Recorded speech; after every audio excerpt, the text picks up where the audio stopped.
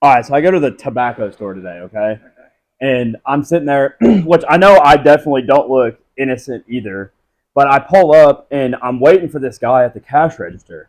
And he's completely out of shape, like looks rough, okay? Like looks like he's like probably from a trailer park or something. He's like, "Yeah, Betty, I haven't been in here in a while because I found out I have like stage 3 Oh cancer, my god. stage 3 lung cancer, okay? And this dude's at a tobacco store, keep in Exactly. mind.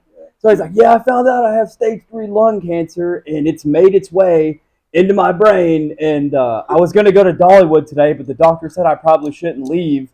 And I'm sitting there and I'm like, he got 2 cans of Red Seal and a can of cigarette or a carton of cigarettes. Oh my And gosh. so he leaves and I start talking to the cash register or the chick behind the cash register. And I'm like, I almost said something to that guy. I almost was like, really? What the Yeah. hell? Like, dude, like, really? Like, okay, it's one thing to, I guess, do this your whole life, Yeah.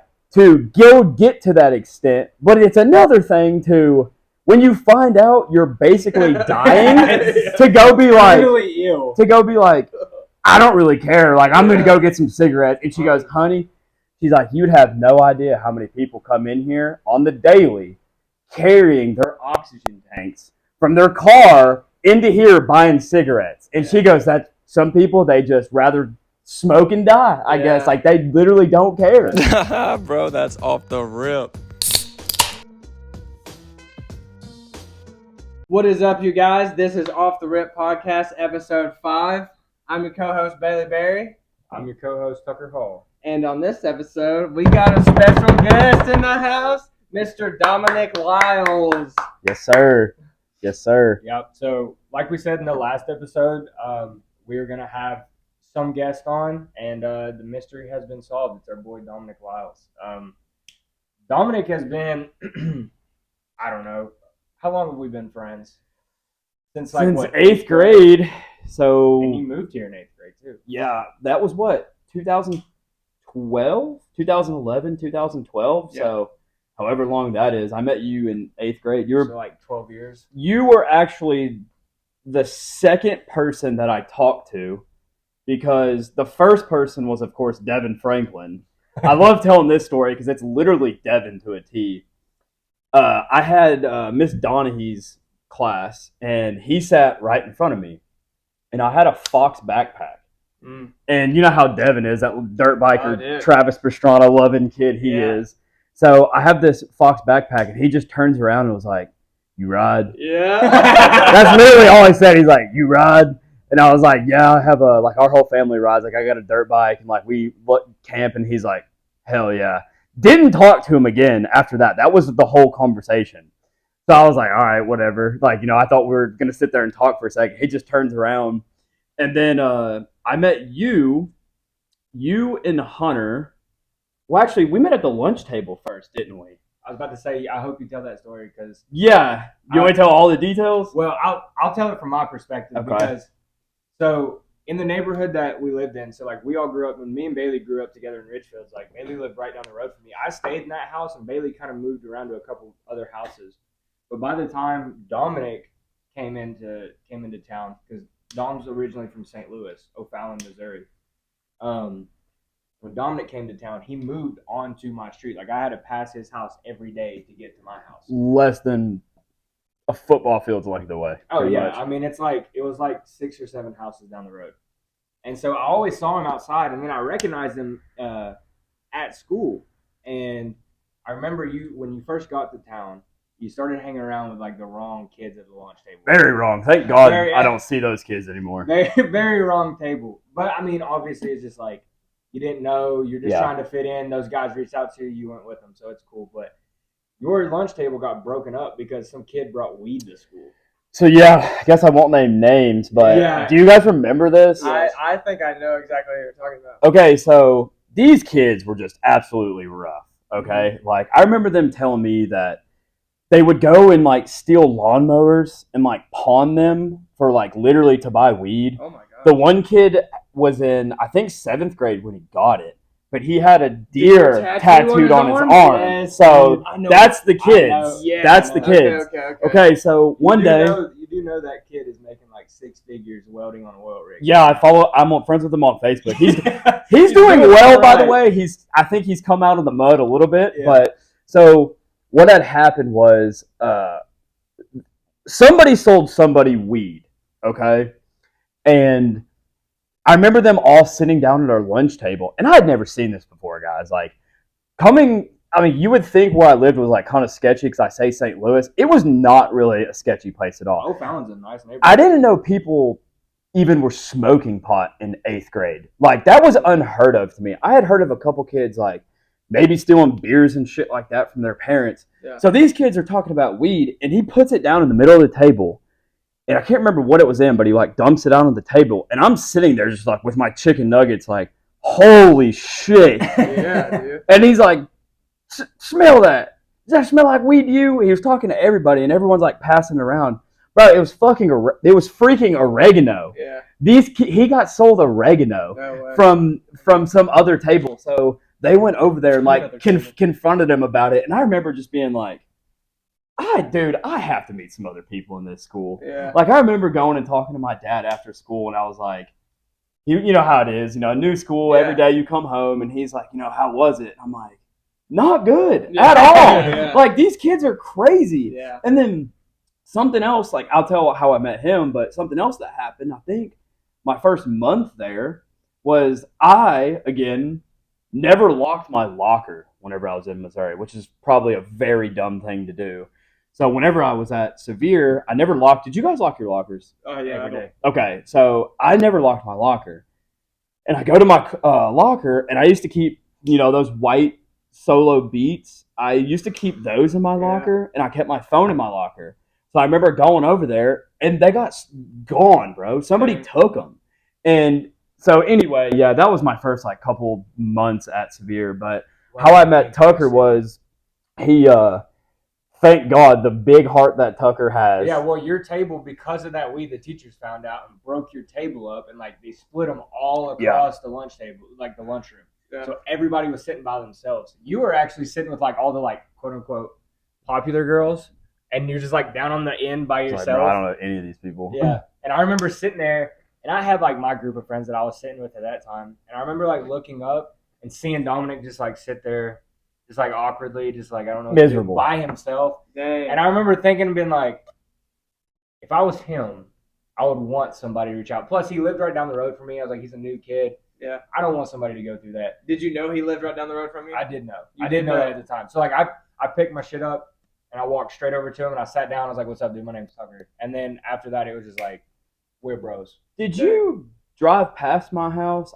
Yeah. And see me out there? How did you know? Because didn't you say that some people were like, "Hey, there's like a new kid in Ridgefields or whatever"? Like, because that was baseball player. Everybody thought you were a baseball player because everybody saw you. At least I did. I saw you throwing baseball with AJ outside. Yeah, okay. And that's how I thought it. And then you look like a baseball player. Because I don't know why, but you just looked like a baseball player. It's so funny because the whole reason, because my dad was like really stationed, I think, in Irwin.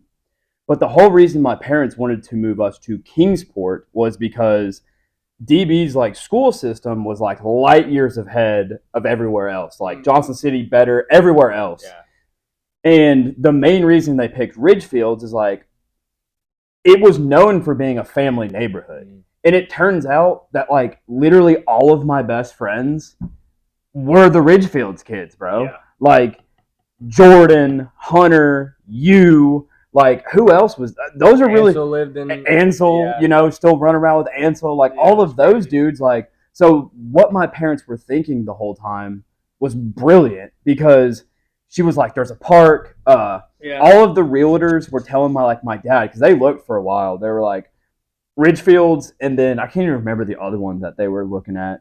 But, yeah, it worked out perfect. So, like, all the kids that I still run around with now literally – I would ride my golf cart over there. I would ride my bike over there. We'd go longboarding over there. It was great because, whenever you don't have a license, it is actually kind of wild that your friend group is restricted to your accessibility. For sure. Okay? Oh, yeah. So let's say at school, I had tons of kids at school that I was boys with, but it's like, dog, in summertime, my mom can't drive me over to your house every day so we can hang out. So it's like, well, Timmy lives down the road. I guess I'll hang out with Timmy, and that's your boy through the summer. When school starts back up, you might hang out with some other people. Well, I mean, that's the same thing with like me and Bailey.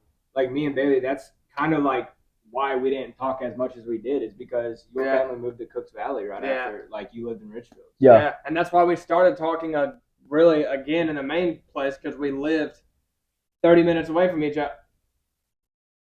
3 minutes away from each other. Like whenever I finally did move to Richfield. Yeah, it was like there. Exactly. Like if I wanted to go hang out, like I would go ride my bike over to Bailey's, knock on his door, and be like, "Hey, you want to come hang out?" Mm-hmm. Exactly. Go ride bikes. Or something. Like it's so much easier when you're that age. Absolutely. Being able to, like, especially like in Richfields because there's not a street in Richfield that you're allowed to go 30 over. Granted, people do go over 30 miles an hour, but you know it's still like. Safe neighborhood. Kids can ride their bike. There's a park there. That's huge. Yeah. The basketball court there is basketball lit. court, the park. Like everybody goes and hangs out there. Yeah. Like it was just a nice little community for like kids to just go be kids and hang out with their friends. Yep. But yeah, dude, it's fucking crazy. How many of like our friends stem from that neighborhood? Yeah, I think what made me think Hunter. We were at his house for the UFC fights, and I think maybe we took a picture. You remember this? That was the Kamaru Usman Masvidal. Yes. Right? So we all took a picture. Kamaru knocked his ass out. Yeah, smacked him. But we all took a picture, and it said like Ridgefield's boys, Yeah, and it was like a bunch of us. You were in that picture, weren't you? I was not in that picture, but I was there because I left to go watch that fight with my dad. Okay, but he was in the group picture. Okay, that's what I thought. Yeah, I thought you were in the picture. You, Hannah, and Sam came. We did, yeah. But you were in that picture. But the one you're talking about was like me, you, Hunter, Ansel, Baxter. Yeah, I think Jordan. that was later. It was later. Yeah. That picture he's talking about was later, but there was a big group picture that you were in as well. But to get back to how we met was, it was actually super cool, and it actually like gives me chills thinking about it because it's like the perfect scene out of a movie. Mm-hmm. So like me and my dad are sitting there getting groceries out of our car, okay. And I absolutely BMXing was my first love, bro. Oh, man. BMX, skateboard, and football, and of course Autumn, my wife, are the things I've fallen in love with. Like in music, dude. Like I absolutely love those things. If I'm on my bike, if I'm playing football, if I'm listening to music, if I'm with her, everything. I don't give a shit about anything else, bro. Yeah. That's all that matters. And he comes over and is like, it's him and Hunter. And he was like, they pull up at my driveway, and I'm like carrying groceries inside. He's like, hey, bro, you want to go ride bikes with me and Hunter? And I just like looked at my dad, and I was like, Dad, do you care if I go and ride bikes with him? My dad was like, go. Yeah, absolutely. Yeah. And from that day, because I think that was like, I don't know, maybe 4 weeks till summer or something like that. Yeah, it was like, because you guys moved there. You started school that spring semester. The start of second semester, like the first week of second semester. So it worked out perfect because, then I have friends all summer. I'm not sitting inside watching TV all summer long. Yeah. So then, of course, he introduces me to Hunter. Hunter introduces me to Jordan, Devin, Elijah, and all those guys started coming around. And then I met you, our English class, in eighth grade year. Yeah. Bro, I love this story too. Who was the teacher for that? Miss Greenlee. Yeah, I wouldn't have named the teacher, but yeah, Miss Greenlee. What was it? Ike? Miss Ike? Was that was Miss Gorley's That was wife? Papa G's wife. Papa G's wife? Yeah. Miss Ike was the bomb, dude. I loved Miss Ike. I never had her, but wasn't Cameron Wagner's mom a teacher there too? She was. That's what I thought. She was an English teacher. She was, because I remember going in her like classroom for like a special day or something like that. I remember her being there. Mm-hmm. But I love every time I bring Bailey up to my mom, bro. Oh God. Dude, every time I bring Bailey up to my mom, first of all, like, even whenever you were selling me the house, which she doesn't care, by the way, because he was there too, and it's my mom. Tucker was one of my mom's favorite kids. Yeah. So she's like, Bailey, the kid I caught smoking pot in my yard that one time. Dude, we were at your apartment. You were playing Xbox, or Tucker was playing Xbox. You were on the phone with your mom, and we were talking about whenever we were looking at a house. Yeah. And that's when you told your mom, is when I was sitting right there, and I was just like, dang. My mom doesn't give a shit. I was like, God, that's a bad luck. Well, what was so funny about that is if you remember, like, how our house was set up, you guys were right here in the front yard, okay? Yeah. You had the whole surrounding perimeter to probably do it, but my mom's bedroom was right here. And she had a straight shot from her bed all the way to where you guys were. Yeah. So that, yeah. Granted, we weren't smoking weed. We were getting ready to smoke weed. I thought you were because my mom swears up and down she saw like an orange glow in the car, and that's what got her out of bed. So that's what she said. We didn't, Lisa. We did not smoke it. We're clearing things up, Mom. We're clearing things up. We were about to smoke it, but we didn't smoke it because you caught us. And then we realized. Good job, Mom. Yeah. We realized like, hey, we're kind of. You kept Tucker from making a bad decision that night. No, I made plenty of bad decisions. Youngins, dude. That was so long ago. It was so long ago, and that's crazy. I mentioned this to you like first episode. How in the world or why did you choose to, out of all the other people you invited to your senior year party, what made you invite me? Dude, because you're just good vibes, bro. Well, I've always said that about you. Like, yeah, you're absolutely. I like surrounding myself with good vibes people and people that I could be myself around that are just like, yeah, bro, and like they vibe with me too. So like judgment free. That's awesome. Like, I don't ever see him anymore. But who was that kid that was with? Was it Taylor? He was a soccer player. I love that dude. He was there. Devin was there. Hunter was. The typical squad was there. I think maybe Grayson was there. Bro, he played soccer. Luke. Yes, that's what I'm saying. Do you know who I'm talking about? He was from South. And he came like maybe his senior year. Hurd. Yeah, Luke Hurd. That's it. Dang, He was there. He was there that night. There? Yeah, he was there that night. Dang. But hey, I also want semi 15% props on rekindling you guys because you even said it your first podcast. Yeah. Which the Fastenal thing came later. That was later. Yeah. But when Hannah and Autumn were hanging out, and then we were hanging out. Us four were always hanging out, and of course Tucker's always with me. Yeah. So then Tucker started coming around again, and I was so happy whenever you guys got the job together at Fastenal because I know how good of friends like you guys are, and I was like, dude, that is perfect for you guys. Dude. Like I was so happy that you guys worked together at Fastenal. So yeah, I mean to be honest with you, working at Fastenal like that definitely it got us back to being like close like we used to because the way we worked at Fastenal together, like together 5 days at least out of the week. Yeah. Kind of how we were in general. Yeah. Like we literally just stayed at each other's house. Like I mean, maybe not during like the school year, but on summer, it was just like, where are we staying tonight? It's just like your house, my house, your house. Like we were always together. So yeah, Fastenal was fun. Yeah. Oh, dude, and we were like able to bring out that like inner kid that we had. But also that like working there is also what matured our relationship, and we like definitely talked about some like real stuff while working there. Yeah, I mean, you're stuck in there for 8 hours a day doing a monotonous ass task. Yeah. It doesn't require a lot of brain power. Not at all. So we subsidize that by getting really deep in conversations and like figuring some shit out. Because like you can even we talked about it on a couple episodes ago. It's just like my mindset from like when I first started Fastenal to like when I left Fastenal was like night and day difference.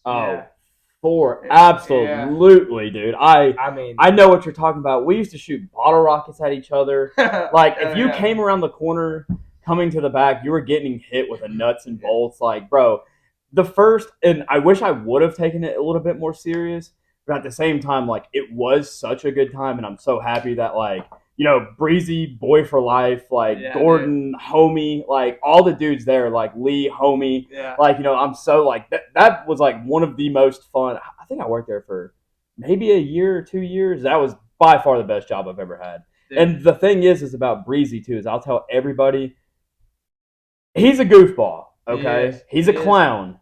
But that dude would give his shirt off his back for you. And he did to me multiple times. Yeah, man. Like, I love Breezy. The times that I can remember I was like straight up broke. Like I was living on my own. Like, I wasn't full time at the time. And I would tell him like, hey bro, like I want to take Autumn here. I want to go do this. And he's like, if you go back there, it was always work. He never gave me anything, but he was like, if you go like stock that up or clean this up or come to my house, do this at my house, I'll give you like $100. And I took him up every single opportunity. Dang. He would call me like Friday night, and of course at the time I was probably hammered, and he'd be like, I'm going to LeClaire in the morning. they need this done. It's probably going to take like 6 hours. I'm going to be there at 8. Do you want me to pick you up? And I would go every single time with him. And whenever I got kicked out of my apartment, at my apartment I lived at on Memorial, he didn't give me my security deposit back because in my shower the handle was broke. I remember hearing about this. I called Breezy. He's like, get back to fucking Fastenal. I'll go fix it right now. And he went to his house and had a shower handle and would have came over there and fixed it for me if I would have let him. But he gave it to me like, dude, good. You have nothing but great things to say about that guy. I know. Me too. Solid dude. Yeah, he was a great manager. And I don't know. I mean, he, like you said, he was a goofball. He'd goof around, with you all the time. But like when you first started there, you definitely had to understand like the ebbs and flows to it. Oh, like, for absolutely. Sure. You gotta know when you can dick around and when you can't, because he's gonna let you know when you can and when you can't. Yeah. Because like there's a couple times me and Bailey are back there, and then he'd just be standing there, and we look over and be like, yeah, I know. And just stare at us. Flicks that cigarette out. Yeah, all he had to do was just stare at us for like 30 seconds and then walk back around the corner. Me and Bailey were like, back to work, dude. Yeah, we went back to work. Dude, my like first couple of days there, I had super long hair. And I was coming in with a headband on. And I remember him, like, he came around the corner, he saw me with it on, and just kind of gave me this weird look. I knew he didn't like it. It was whenever I was working with Keegan. I don't know if you've ever met Keegan before. But he calls Keegan up to the front, and then Keegan kind of comes like walking back, and he's like, "Hey, Breezy said you gotta take that headband off." He said it looks like shit, bro. You gotta take that headband off. And I remember just feeling like such an idiot. I was like, "God dang it, Dominic." That's how he told you though. Oh yeah, he did. He's very. What is that word? Anti-confrontation. Anytime he has to correct you on something, he'll go home and call you later that night. Dude. He won't do it at the store. He'll call you, bro. He goes home and gets a little bit of liquid courage in it. Exactly. Right? And then he calls you and you're just like, how many bottles of liquor have you had? Remember that order you fucked up? Yeah. You do that shit again, I'm sending your ass home. You're like, yes, sir. I understand. No, I'm sorry. dude, that job definitely would teach you about maturity for sure. I feel like we all need that, like, it was good for me. Kick in the ass. It was good. Just like to get us out of that rut we were in, that like partying mentality. But talking about maturity, a little bit of a segue. Your hat. Homie's gonna be a dad. Yep. He's got a little baby cooking in the womb, a little baby girl. Yep. And that is nuts. So, with that being said, I got a little something for the boy. As soon as I figured out it was a girl, homie is now. Let's go, baby. Oh man, he's now a girl dad. Let's go. Awesome, I appreciate that, yeah, dude. bro. Is that why you asked me about the hat? Yep. That's when I saw the hat, I was like, bro, I just ordered this shirt last week. no way. Swear to God. I was like, did you have the girl dad shirt? And he goes, no, I'm about to cop it though. It was like, that is clean. We literally had just had this conversation. Yeah. When I saw the hat, I was Thank like, you. As soon as I saw the hat, I was like, son of a bitch. He's done. He's already got it. He's decked out and everything, but not. He watches Bustin' with the Boys too. So this is Bustin' with the Boys. That's Bustin' with the Boys. So what I saw the Barstool sign on the back. Yeah. They started their girl dad line because they're both girl dads. Yes. They both are. Taylor has 2 daughters. Okay. And then Will just had his daughter like a year and a half ago or something. Wow. And it was obviously he had a daughter. Yeah. So they started their like girl dad apparel. That's cool. Yeah. That's cool that they did that. Fire. Dude, it's weird. So yeah, like how do you feel about being a dad? Like, what is your mindset going into this? Because obviously it's like he just got married. I'm engaged to be married. So like kids in my mind, I don't know about yours, but in my mind it's like a year or 2 down the road. So and I got some time to process. That's great because I'm so glad that we have taken this long because our 2-year wedding anniversary is Saturday. And we've been together for over 10 years. Yeah, that's nuts. So that's crazy. I'm so glad that we took the first. I mean, we've been together, but like, when you're married, which you guys kind of live together, you do live together already. When you're married, it's everything together, bro. So like, I'm not gonna lie, it took me a while to find out like what I could and couldn't get away with. Dishes in the sink, I was getting a phone call. She was waking me up. There's certain things that like, you find out like the quirks, I guess. So, and we got that, we're good. And, we traveled a whole bunch. We went to a bunch of cool places. We bought a camper, and I guess that was the next step. I wouldn't be telling the truth if I wouldn't tell you that I was terrified because I mean, yeah, obviously I am over the moon excited. Like everyone says too, like when you have a child, it's not like any other love. Like you will literally do anything for that kid. Like it doesn't matter, bro. Yeah. Like I'll work 7 days in a row, 24 hours. It does not matter to me. Whatever this kid wants, I'm going to give him. But I wouldn't lie to you if it says it doesn't scare me. Like, I was thinking about this today, actually. Like, there's some days that, like, it's hard taking care of yourself, you know? Yeah. You don't want to get out of bed. Like, there's some, like, even today. I worked overtime yesterday, and Autumn got up. It was about 7 o'clock, and I was like, damn, bro, I really don't want to get out of bed. Yeah. And I fell back asleep. It was about 9:30. And I was like, if I fall asleep again, it's going to be like noon, and I got shit to do today. I can't be doing that. You can't do that when you got a baby. No, they're going to be up. Your ass is up at 5. Yeah, they're going to be up at 5, 6 o'clock in the morning, which, is part of the job. It's part of it, which I'm fully prepared for. And, but yeah, you're definitely fully prepared because you got a shirt and a hat to match. And I have the merch for it. So yeah, dude, I'm super excited. Like, I can't wait for him to be here. Yeah, I want to hold them already. Yeah. Like all this stuff right now, like the gender reveal, whatever, that's exciting. But like, I feel like that's exciting for other people. Like, I can't wait for me to get off work or for me to come home and like, she's sitting there like with Autumn and like, I'm in the car, we're going somewhere and it's me, Autumn, and like our little girl somewhere. Like, it's crazy, bro, because we have done everything together. Yeah. From taking our ACTs, getting our permits, going to prom, senior football, everything, bro. Anything you can think of. We have grown up together. And the fact that we've made a family now is just insane to me. Like, it's beautiful, dude. It is, dude. Like, it's literally like the story of the high school sweetheart. Yeah. And it's absolutely beautiful. And also, like, from a third party point of view, seeing this, because, like, I've been your friend since you met Autumn. You know what I mean? So, like, seeing that grow from that point on, it's just been, like, one, it's been beautiful to watch, and I'm super stoked for you and super stoked to be an uncle. But two, it's, like, inspiring. You know what I mean? Like, for me in my own life, like, there was a period of time where I was like, I don't know if I was going to find that person. But, like, because of the way, like, you and Autumn, like, loved each other and, like, had the relationship you had, I was like, it gave me hope and inspiration to be like, go find it because it's out there for you. You can find that person that completely or that ultimately completes you like the way you and Autumn complete each other. And like, kind of like what you were just saying a second ago about Fastenal. It was definitely the best thing to ever happen to me, for sure. Like, I should have wore a Fastenal shirt for the pod. Bro, not even a question. Like, that was perfect for me at the time because Autumn was in school, okay? I had nothing going on, okay? And I wasn't in school. I can relate. I was working, bro. I've always tried to just work and get money. Like, that's always what I've been about. Yeah.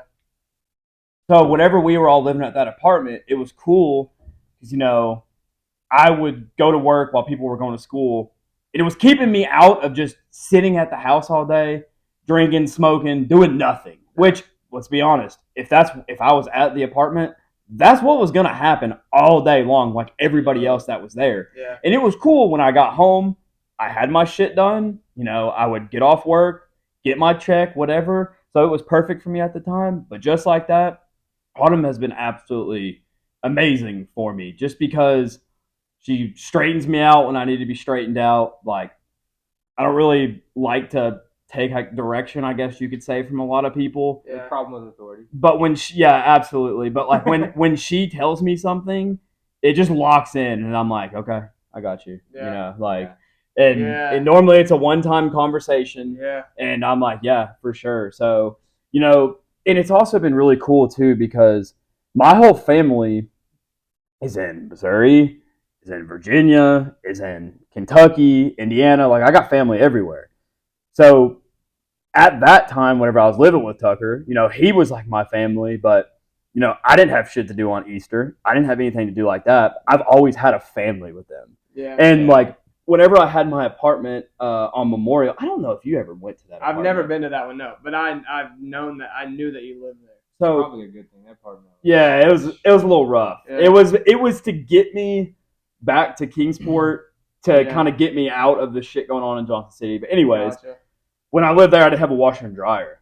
So her mom, it was like me and her mom's like Sunday routine. No matter what anybody had going on, after they got all their shit done in the morning, I would go over to their house Sunday and do all my laundry, and she would basically like make me dinner. And like we would sit there, do all my laundry, eat dinner. It was just great, dude. Like it was so nice to have that. Like when my family had to move away from here, but it was just so nice having that. And yeah, definitely never have let go of her because I always was like, she's the best thing to ever happen to me, dude. Like this is way too good, bro. Like this is awesome. Well, at least you recognize that, dude. Yeah, some people never ever find that. Yeah, they're either they never find it or they settle for something that's way less than that, and it's never worth settling for something like that. Because for sure. But I mean, I feel like all three of us can sit here and say, like, we've definitely found women that do what you were talking about. Hold it down, son. Hold it down. That's what it's all about. That's what we were kind of talking about in that last podcast with like marriage and relationships. It was just like that's kind of what a woman does. It's like a guy is very like gung ho, go crazy, go get money, do this stuff, and a woman's like, hey, you got shit to do back here, come do it. Yeah. And they're like really the ones that are just like, hey, I'm your wife. I don't care what the fuck anybody else says. I'm your wife. When you get it done, you're like, yes, ma'am. And to find a girl like that can like put a foot down on you is kind of like, okay, it's kind of sexy. Yeah. You know what I mean? I mean, it's like, hey, if that's what you think I need at this moment, I'm with you, baby. I'm with you. It's like, tell me to do it again. Yeah. So like I know you've probably seen it with me before, but like there's been times that Friday night, right? I'm off Saturday. I'm wanting to go out and get wild. Okay. I'm wanting to, hey, what are the boys doing? Where are we going? What's popping off tonight? But Autumn will be like, we'll stay here. Like it took me a little bit, if we're being honest, to be okay with that because I was like, bro, what the fuck? Let's go. But then I was like, what? You're right, bro. Why do I want to go out? And if you really think about it, sometimes you may even realize that, oh shit, this may be what I would rather do. It is what I'd rather do. It's like, I love it. I would much rather sit at the house and chill because I know. Yes, you do. I know the next day, one, I don't have to worry about driving after drinking. Two, I ain't spending money because I've already bought the beer in the fridge. Yeah. And three, I'm probably not going to drink so much that I'm going to have a hangover the next day. Exactly. And I can actually do something. Yeah, I'm 100% with you. Yeah, half the time. I mean, I'm not sitting here saying that like I don't like going out because I love going out and seeing my friends. Yeah, of course. That's a way for like us, to all get together because I don't get to see everybody all the time. But no, if Autumn's like, hey, you trying to order a pizza? A new movie came out on Netflix, and I'm like, shit, I got 12 beers. Yeah, we're good. We'll stay here. Oh, yeah, we'll cancel. Yeah. I'll tell them that we'll hang out next weekend. I got you. Yeah, and again, it took me a little bit. We got in some arguments and stuff over that, but, I guess I also was 23 years old, so, it is what it is. Necessary argument. Yeah. Yeah, I mean. And, like what you said, like, it's necessary because it took me a while, but now that I have realized it, like, I'm 100% on board. I'm with her. Like, yeah. Anything she says goes. That's the motto. Right. Yep, that's right. But go out there, get that paper. Absolutely. Provide that home, and she going reel your ass in when you need to be reeled in. Absolutely, which is often. Which is sometimes on the daily. Like she'll call me like, "Hey, you leave this dish in the sink." Hey, you need that. You definitely need that. Yeah, absolutely. All right, Dominic. Before we get off this topic, let me ask you a serious question. Go ahead. Are you worried that the child is Breezy's? I will drive my car through Fastenal if it's Breezy. Did he tell me? Did you? That son of a bitch, bro. I think. Okay, I was texting him a while back. God, this was maybe like a month ago or something. I think I didn't know where you were going with that. Yeah. But like he asked me, he was like, he was like, it's going to be taller than you whenever it's like 6 months old or something. She was already talking shit. He didn't even say congratulations. Yo, that's breezy right there for you. Dude, I was telling him about this tattoo and what this meant for me and Hannah, and he's like, you should have got it on your freaking forehead. It would have meant more to her. I'm like, okay. That's breezy, dude. Yeah. For real. Gotta love him. Love him. It doesn't matter if it's the coolest, most meaningful thing ever. He's gonna find a way to shit on it. Oh, I love that. That's hilarious. Okay, quick pause. I have to go piss. All right, So if cool. you guys want to keep running it, go ahead. I'm down for whatever. Yeah, whenever he gets back, I'm gonna piss too. Okay. But yeah, dude, absolutely. I'm super happy that I'll tell him whenever he gets back here too. This is dope, bro. I think like, no matter what anybody says, I don't know what you guys have heard back. I think this is fucking awesome. Mm-hmm. Like you guys chopping it up, and it gives you an opportunity, you and Tucker to like have deep conversations and stuff like that. I think it's cool. And I love that you guys took a gamble and you took a risk. I know, dude. Because there's a lot of people our age that would not have the balls to do this. And I think it's pretty dope you guys did it. Dude, I appreciate that. And I know that there's probably a lot of people out there judging us for this too. Yeah. But I really don't care because, like you said, we just really enjoy this. Yeah, absolutely. I mean? And like I was telling him earlier, he was saying some things that he was worried about with it.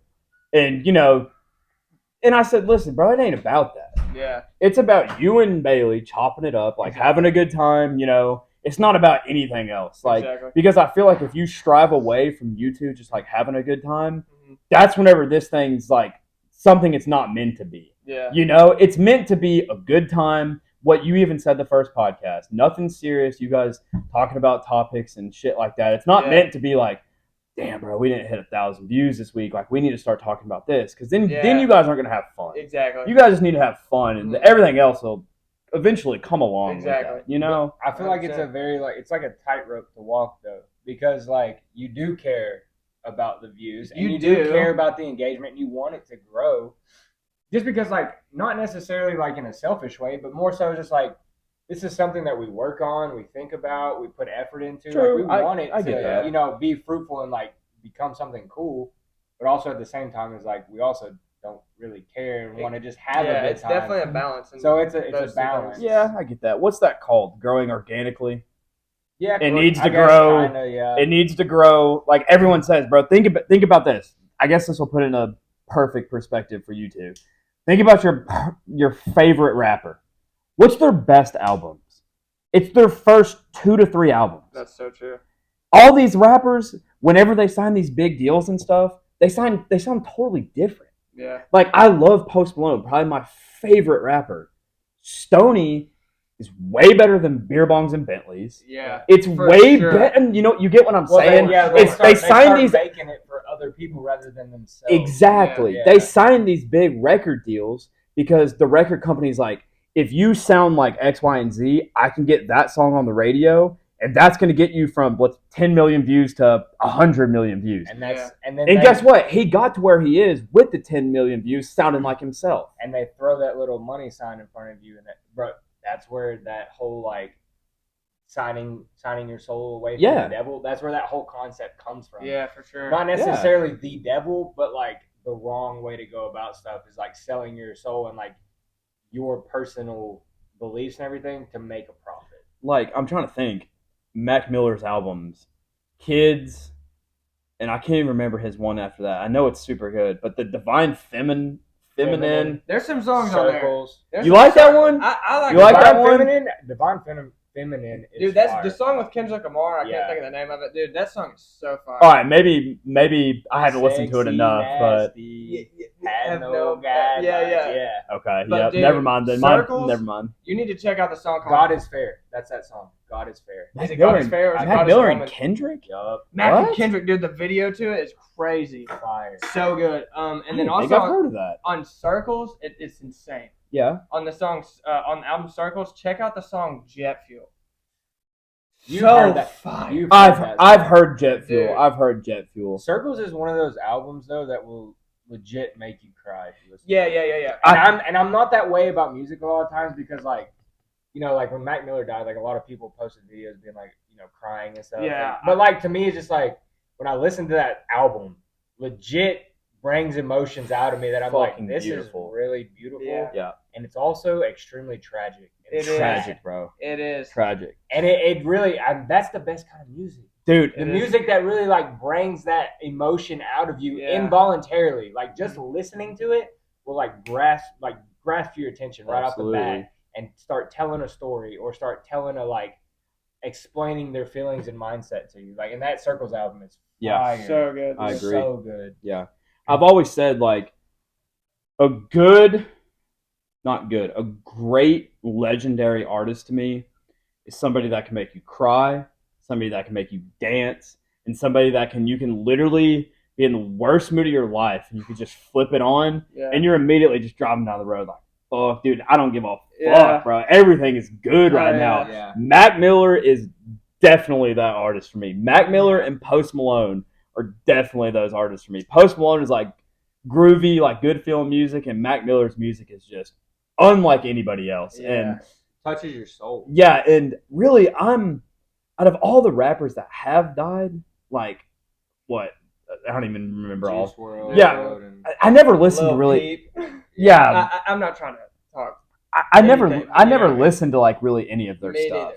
I listened to Juice WRLD. I will say that. I like Juice WRLD a lot. I like him a lot. We saw him. You were at Bonner that year, right? I think so. We saw him 6 months before he passed away. That's crazy. It is crazy. And like, don't get me wrong, it's like I couldn't really relate. I was kind of past that time of my life. Yeah. Like, we talked a lot about like drugs and all that Yeah. type of stuff. I was kind of past that point in my life, but it was also close enough to where I could be reminiscent of it. Mm-hmm. So I could understand a lot of what he was saying. Yeah. Yeah. But it was really cool to see him that close to his passing. Not saying it was, you know what I mean? Yeah, I got But you. like being able to see him before he passed, and that song, what's that song we said? I put my heart in the bag, and nobody get robbery.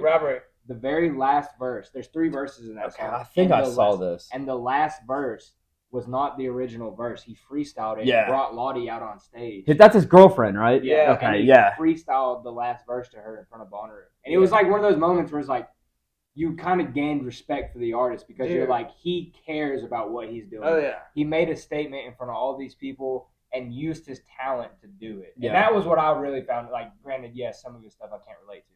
Yeah. But that was like something I was like, okay, that's dope. That is music. I like that because I have gained a lot of respect from artists at concerts, and I've also lost a lot of respect for artists at concerts. Yeah, for sure. Especially going to Bonner because you see like it's raw, bro. It's raw. That is what they sound like. Yeah.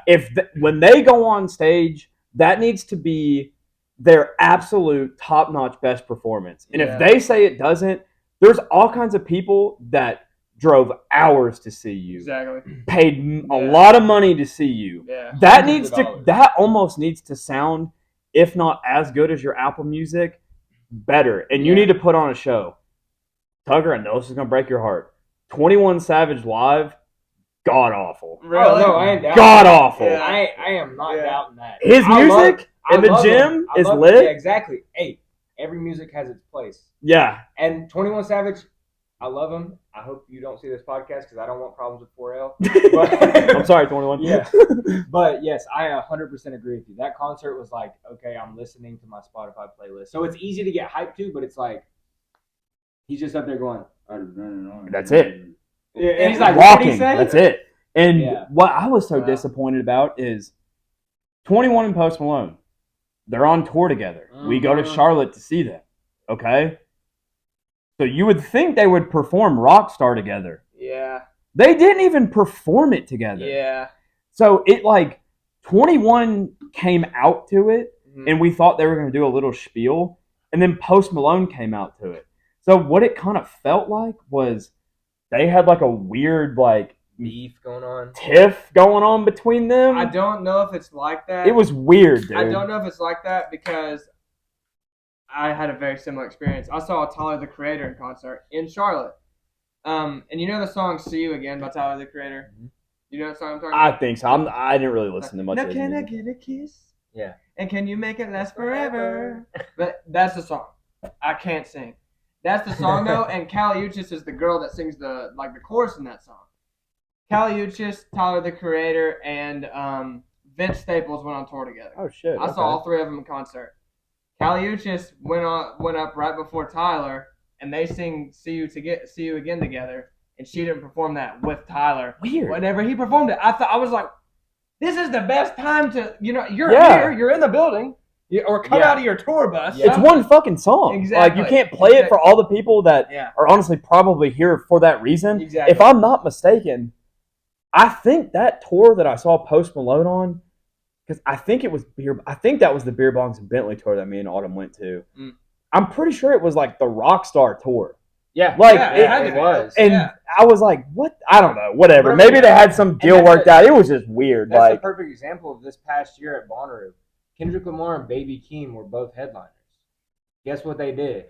Baby Keem came out with Kendrick because Kendrick has a bigger draw, and they fucking killed it. Yeah, it's electric. Yeah, killed it. Yeah. But like that's one of those things. You're just like, why not? These people, like you were saying, are paying hundreds of dollars to come see you. Absolutely. You know, they're taking time. They're taking off work. They're literally coming out to a farm and camping to see you, and you don't give them it.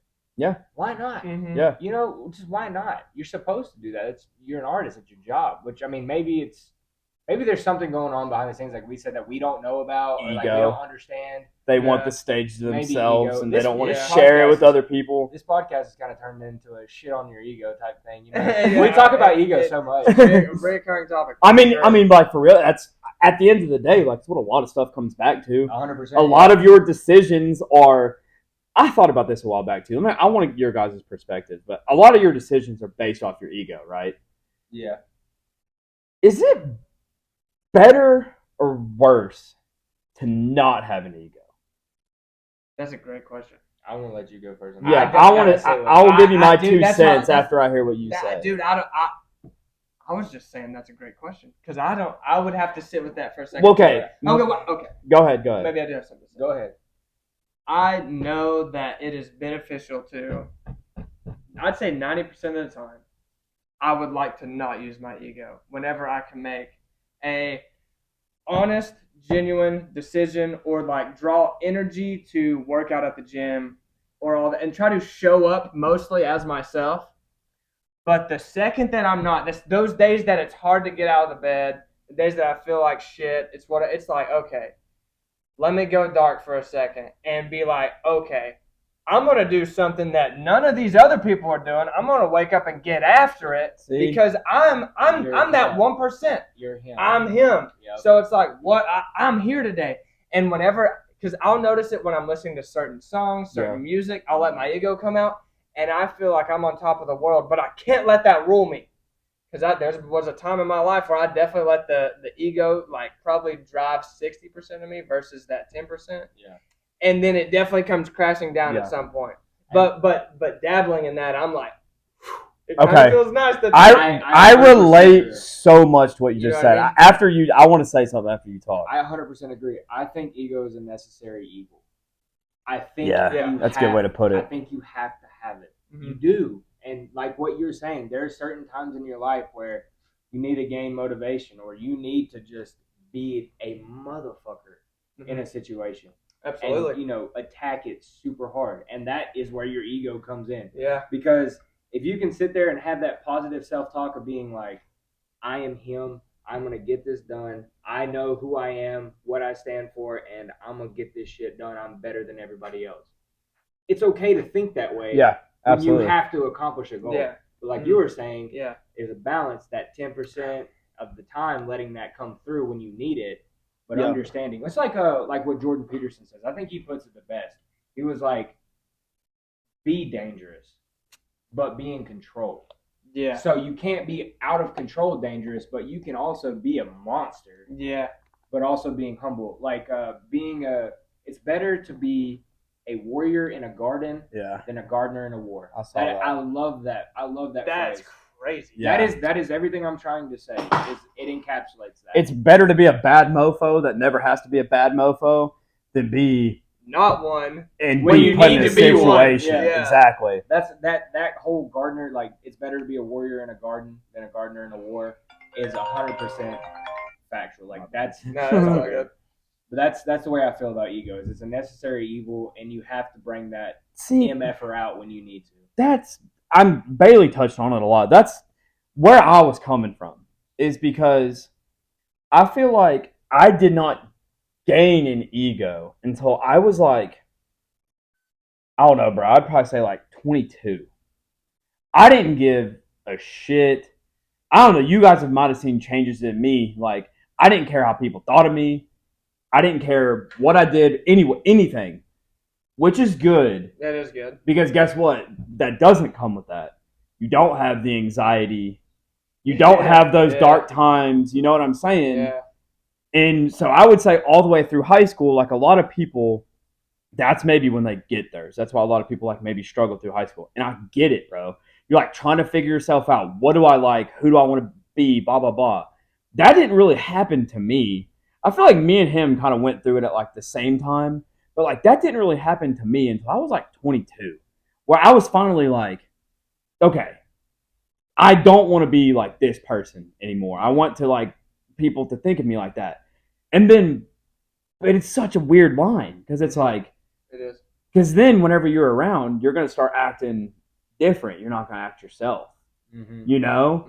Because your ego wants you to be this, oh, hey, I'm this guy, but that's might not be who you are. Yeah. So that's why I wanted to ask you that. 'Cause it's something that I kind of think about quite a bit. It's like you're saying, it's a fine line. And maybe I wish I would have had it a little bit more through high school because like it would have drove me to try to achieve a little bit more than what I did. Like, and that's something that I definitely want to instill in my children is like, my cousin told me this. He went to West Point. He's an officer in the Army. He said it takes zero motivation to be at the bottom. Yeah. Zero. He said the people that are the bosses, the officers, the leaders, yada, yada, those people are motivated. Those people are calculated people. Like, I wouldn't say everything they do, but most of the things they do are planned out and thought about beforehand. And so if you want to be that person, I guess this is where I'm trying to tie this all in, is if you want to be that person, be yourself, but be calculated. Do things that need to get done while trying to be yourself is the best recipe that I have found to be happy and also level up. Exactly. You know, like, but I don't know about you guys, but I plan out like my off days today. I knew I was going to wake up, go to the gym, go to Lowe's, go to the vet, blah, blah, blah. I had all this stuff I had to do. Everything's planned. Yeah. And I get aggravated when I have to deviate from my plan. I don't know if you guys do that at all, too. No, those who fail to plan to fail. Yeah. Like, if you don't, like, because everything you just said, I fully agreed with. And if you're not 100% yourself when working to that, then you're building a false statue. The whole like once you get it, and then you do have a little bit of spotlight on you or some recognition, you don't even know who you are if you built it off not being 100% exactly. yourself. You're building a concrete skyscraper on a wood foundation. Yeah, exactly. That's what you're doing. Yeah. For real. Because you're like pissed off at yourself at night because you're like, bro, that's not who I am. You know, like because then that's where the anxiety kicks in. Yeah, for sure. It's because you sit there at night or you sit there like in a situation like this and you're trying to think of everything you want to say to sound like somebody rather than just going off the rip, rather than just saying who you are and what you want to say. And that's what like I would tell anybody that like I've seen it with like, you know, younger kids. I won't name their names, but like younger kids that I know that are like struggling with that. And dude, I just tell them all the time, I'm like, you gotta do what you want to do when you want to do it. Yeah. And the people that hold you back from saying and doing the things that you don't want to do are the people that you probably don't need in your life. 100%. You know, like it's a lot easier said than done to cut those people out. Facts. So I mean, facts. You're not wrong. Like those people out. Yeah, like, and that's kind of what I was talking about earlier. Like when you said, you know, you guys are, you know, some of my best friends, and you know, we can all be ourselves around each other. That's what makes our friendship so, you know, attractive. Is that I know when I'm with Tucker, if I feel like being in a bad mood, not really saying much, he's not going to judge me for Exactly, it. yeah. Or if I'm in a goofy ass mood and I'm smacking him on the head or something, like he's also going to be like, it's just I'm Dominic, gonna beat the shit out of you. But no, I mean, like what you're saying is like, whenever you're in that mood where you don't want to talk much, it's like I can feel that, I can sense that, so I'm gonna pick it up. Yeah. You know what I mean? Exactly. Like it's all good, but I feel like when it comes to that area of life, as shitty as it is to say, there is no one right answer. Yeah. Everybody's got to figure it out for themselves. Yeah. And when it So comes to true. when it comes to ego, it's like we can sit here and act like we got all the pieces and everything like that. It's like we don't. True. No, absolutely. We're figuring out day in, day out. There's days that we fail. There's days that we succeed. And then we lay in bed at night and sit there and think about like, okay, I could have done this better, or I'm really proud that I got that done and did it this way, and all that stuff is like we're just constantly evolving. And that's where I think the true answer lies, is to not necessarily focus on so much the outcome, but as much as the journey. Yeah. Yeah. Enjoying the 100% journey facts. of evolving yourself, becoming a better person, and gaining wins, becoming a better version of yourself than you were yesterday. If you can fall in love with that, bro, you've got the key to life. Yeah, Yeah. absolutely. 100%. Yeah. Because it's never just like, so like if you go to the gym, for example, if you go to the gym to go work out and your goal is to get completely shredded, have a six pack. All right. Get completely shredded and have a six pack. Once you get that six pack, what the hell are you gonna do? Exactly. You know what I mean? Yeah, Because you fell in love with this idea of you having a six pack and being shredded. 100%. So now when you achieve that, there's no motivation or goal after that to keep going. Mm-hmm. But if you realize like, oh wow, I really love being in the gym. I love lifting. I love going to exercise. I love the the benefits I get with my mental and the way I look and the way I feel about myself. Then it keeps going. Yeah. You fall in love with that process. Yeah. Yeah. You know what I'm talking about? Yeah, dude. It's the what makes you think you're gonna be happy at the beach if you're not happy on the way to the beach. Exactly. You know what I mean? Exactly. It's like it's everybody's worried about getting to Oz when it's just the man behind the curtain. Be lit that you're on the yellow brick road. 100%. You know what I'm saying? That's a great Yeah. analogy. Yeah. That's 100%. Yeah, well, But kind of going back to kind of a way back into the podcast, but we're talking about, or I said something about selling your soul to the devil. Mhm. A little bit of a conspiracy theory in itself. But look, So you had texted us earlier in the week saying, you sent us like stuff you've been thinking about at work and some, your notes app of all these lists of ideas that you wanted us to talk about. And I think one good thing we could talk about is a little bit of conspiracy theory. all right. I love conspiracy theories. I get real deep in those things. I So love this. since you're the guest, if you need a little bit of time, I can go, but I will let you go since you're the guest. Well, I guess I'll start out with this one because I feel like he might have some information about it. But I got two that we can talk about. So, have you heard anything about Logan Paul having the video of the UFO on, I guess, Area 51? Have you heard anything about that? No. Okay, so That's a lot of new information. Okay, so the story goes, this guy came on Rogan, and there's some dude that lives somewhere out in, I guess, Nevada, okay? And he swears up and down that he has this video of a UFO, okay? So this guy says he goes out there, and he sees the video. And he's like, it's a UFO. Like, he has a video on his TV that he has recorded. Yeah. He won't give it up because I don't remember the exact reasons, but he won't give this video up. So this guy, Logan I don't think Logan's dropped the podcast yet, but he has this guy on Logan's podcast. So Logan kind of hears wind of this. He goes to this guy's house, okay? Logan offers this dude $1 million cash. No. $1 million cash for the video. Yeah. The whole time he doesn't know that he's got a video recorder on him. It's videotaping the whole entire situation. Logan has one of that. Logan has one. Okay. So he says no. So they come to an agreement on some type of money that he shows Logan the video. So Logan says he has the video. He's waiting to go on Joe Rogan's podcast to release it.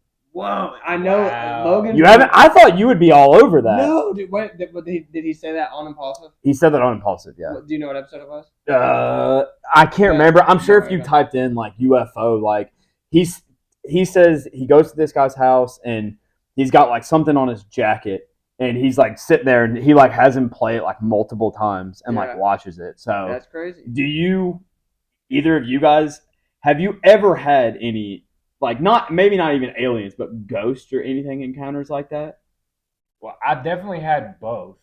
You've had you think you've seen aliens? I think so. I don't know. Yeah. I really well, don't what know. was it?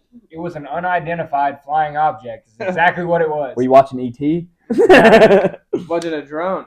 No. Yeah. But so me and Hannah, it was kind of early in our relationship. So Hannah used to live in Nashville, and we would meet. Her parents had a place in Knoxville, a little like condo or a little apartment they had in Knoxville. So we'd meet there and stay, and hang out for the weekend. And one weekend we were in Knoxville. We went up to this rooftop bar, and we're sitting on this rooftop bar. And Hannah's like, "What's that?" And I kind of like look over in the sky, and it was like a straight line of just lights, but they weren't moving. They were staying completely still, and it wasn't like how far up in the sky, like like star level or like no, airplane level? Like airplane level. Yeah. Okay, so they weren't moving, and that was the big thing to me. Is like what made me feel so weird about it, because I looked up there and I was like, oh, it's just a convoy or something just flying through the sky. They have to keep certain spacing, and then I was watching it and I was like, this thing hasn't moved for 15 minutes. Yeah. It's just stayed still. Yeah. And it wasn't like drone level. Yeah. You know what I mean? Yeah. It was obviously like plane level. And then all of a sudden, it starts moving, and it moved through the sky for like maybe like 2 minutes. And then a cloud came beside it, and when the cloud passed, gone. Really?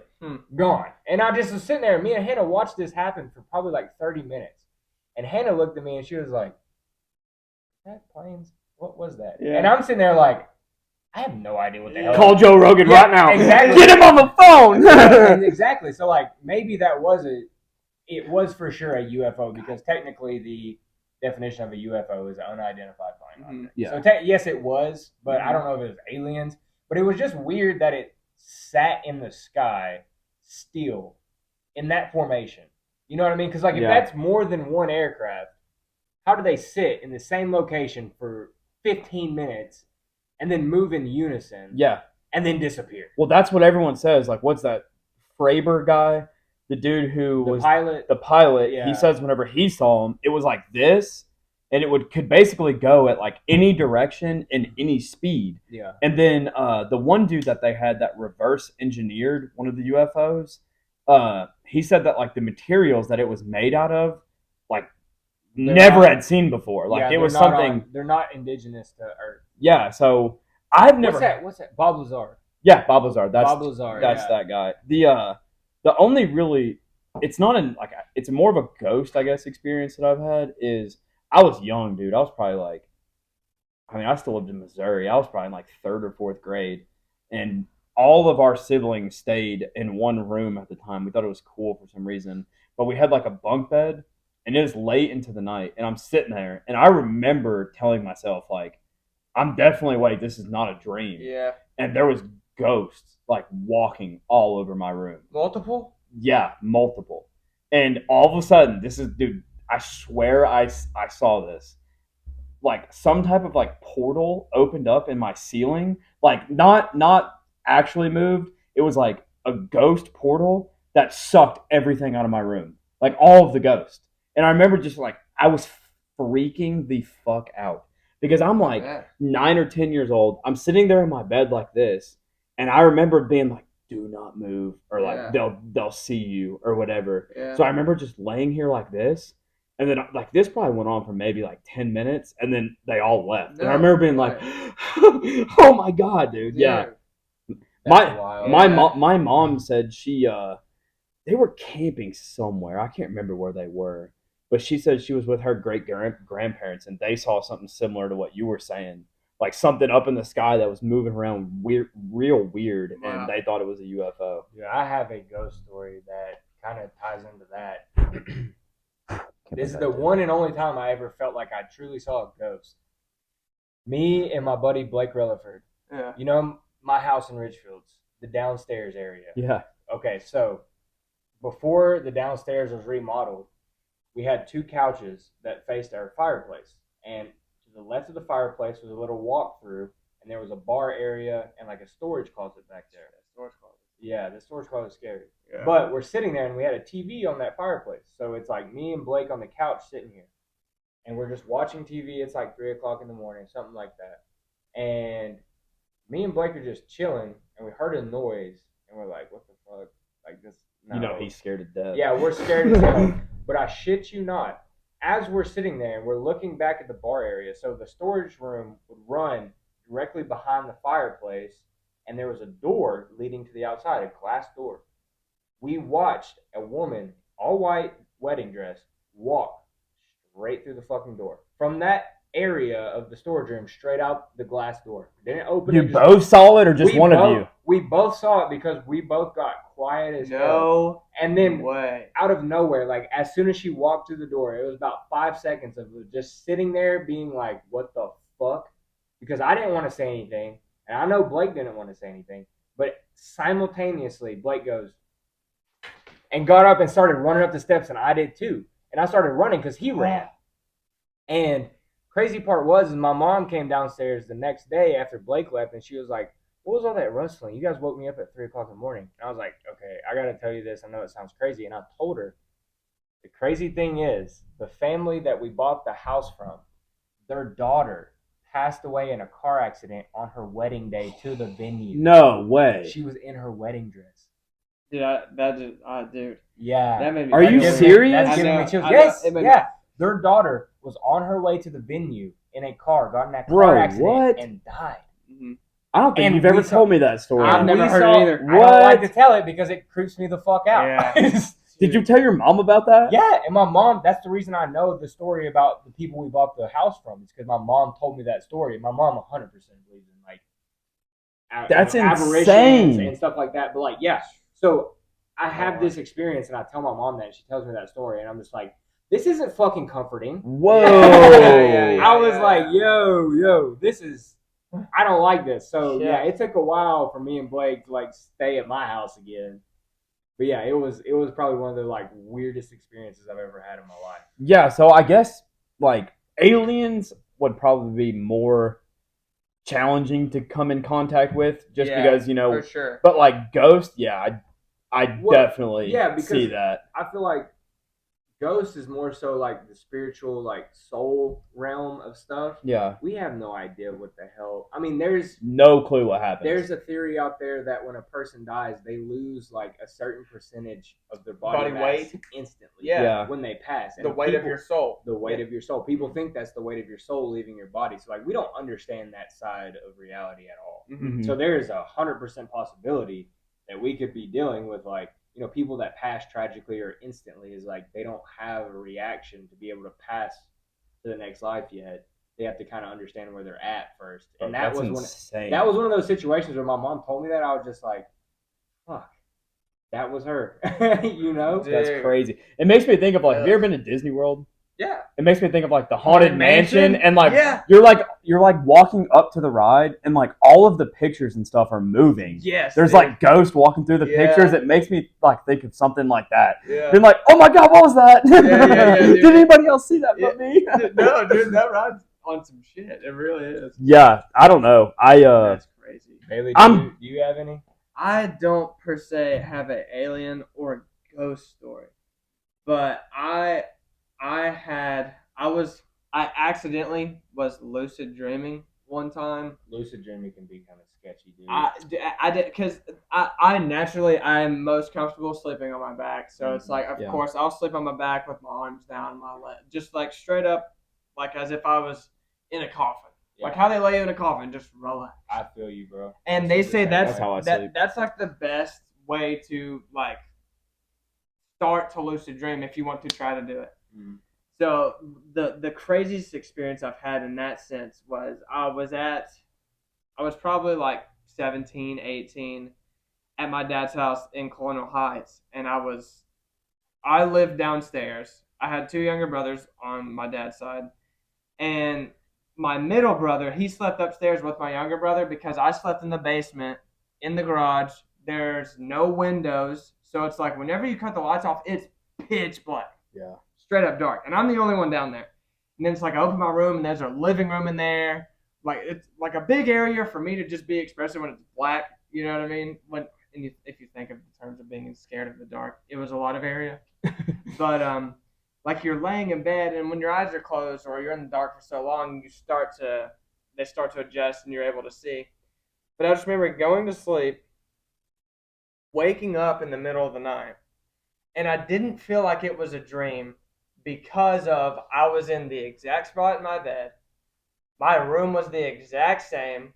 And it's like I'm just laying in my bed and I'm conscious. And then I see this just dark, tall figure like standing in the corner of my room. And then he's just walking to me. Like Insidious. Like You're on some Insidious shit Dude. now. Oh, Yeah. but- I'd be out, bro. Dude, but like I'm like, You can't move.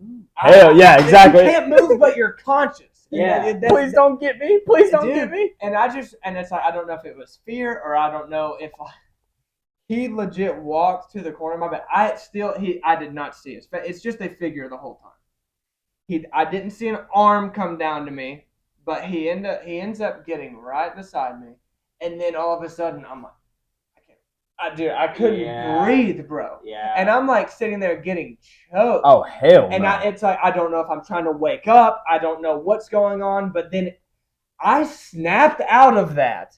Legit woke up out of my bed. And I just yelled because it's like I grew up very religiously, especially because of my grandparents. And this is what my grandmother always told me. I woke up and just screamed, Jesus! and it's like just to like try to provoke like a spiritual presence there. And it's like, dude, the second I woke up, he wasn't there. I yelled that, and it was like, okay, grab my phone, flashlight on, let me go cut on the lights. Dad, Dude, get in here now! Dude, I was freaking out. And I remember telling my dad about that the next morning, and then like not sleeping in my room for the next week. Like literally like going upstairs, sleeping with my freaking brothers. Bro, how old were you? Like 17. Oh, you were 17? Yeah, dude.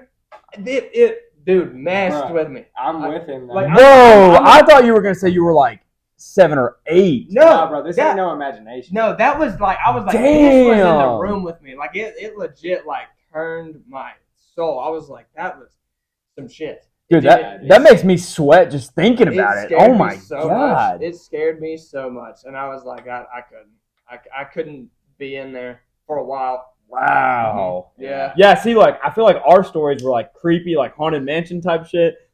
You were watching Insidious, dude. That is some like demented type Yeah, stuff I thought right that was there. like more like demon stuff than like a ghost. You know what I mean? Yeah, But that's okay. more like negative energy. Yeah, that's Yeah.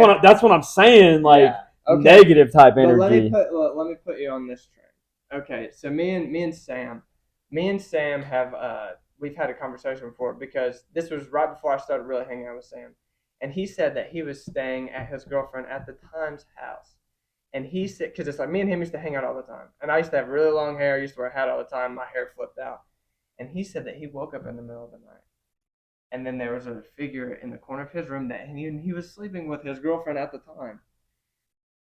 She didn't wake up, but he said that he thought he saw me in his corner, and it was a dark figure, but it looked like me.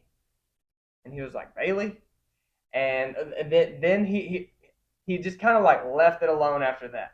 But he saw it there. I don't know. There was no further telling of that story after that point that I can recollect on. That's wild. But That's wild. My thoughts, my theory of what I saw and what he saw was that was what my ego is.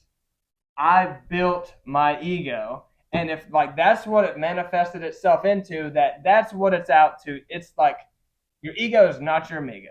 You know what I mean? Like Yeah. that's what helps me deal with that when I think of it.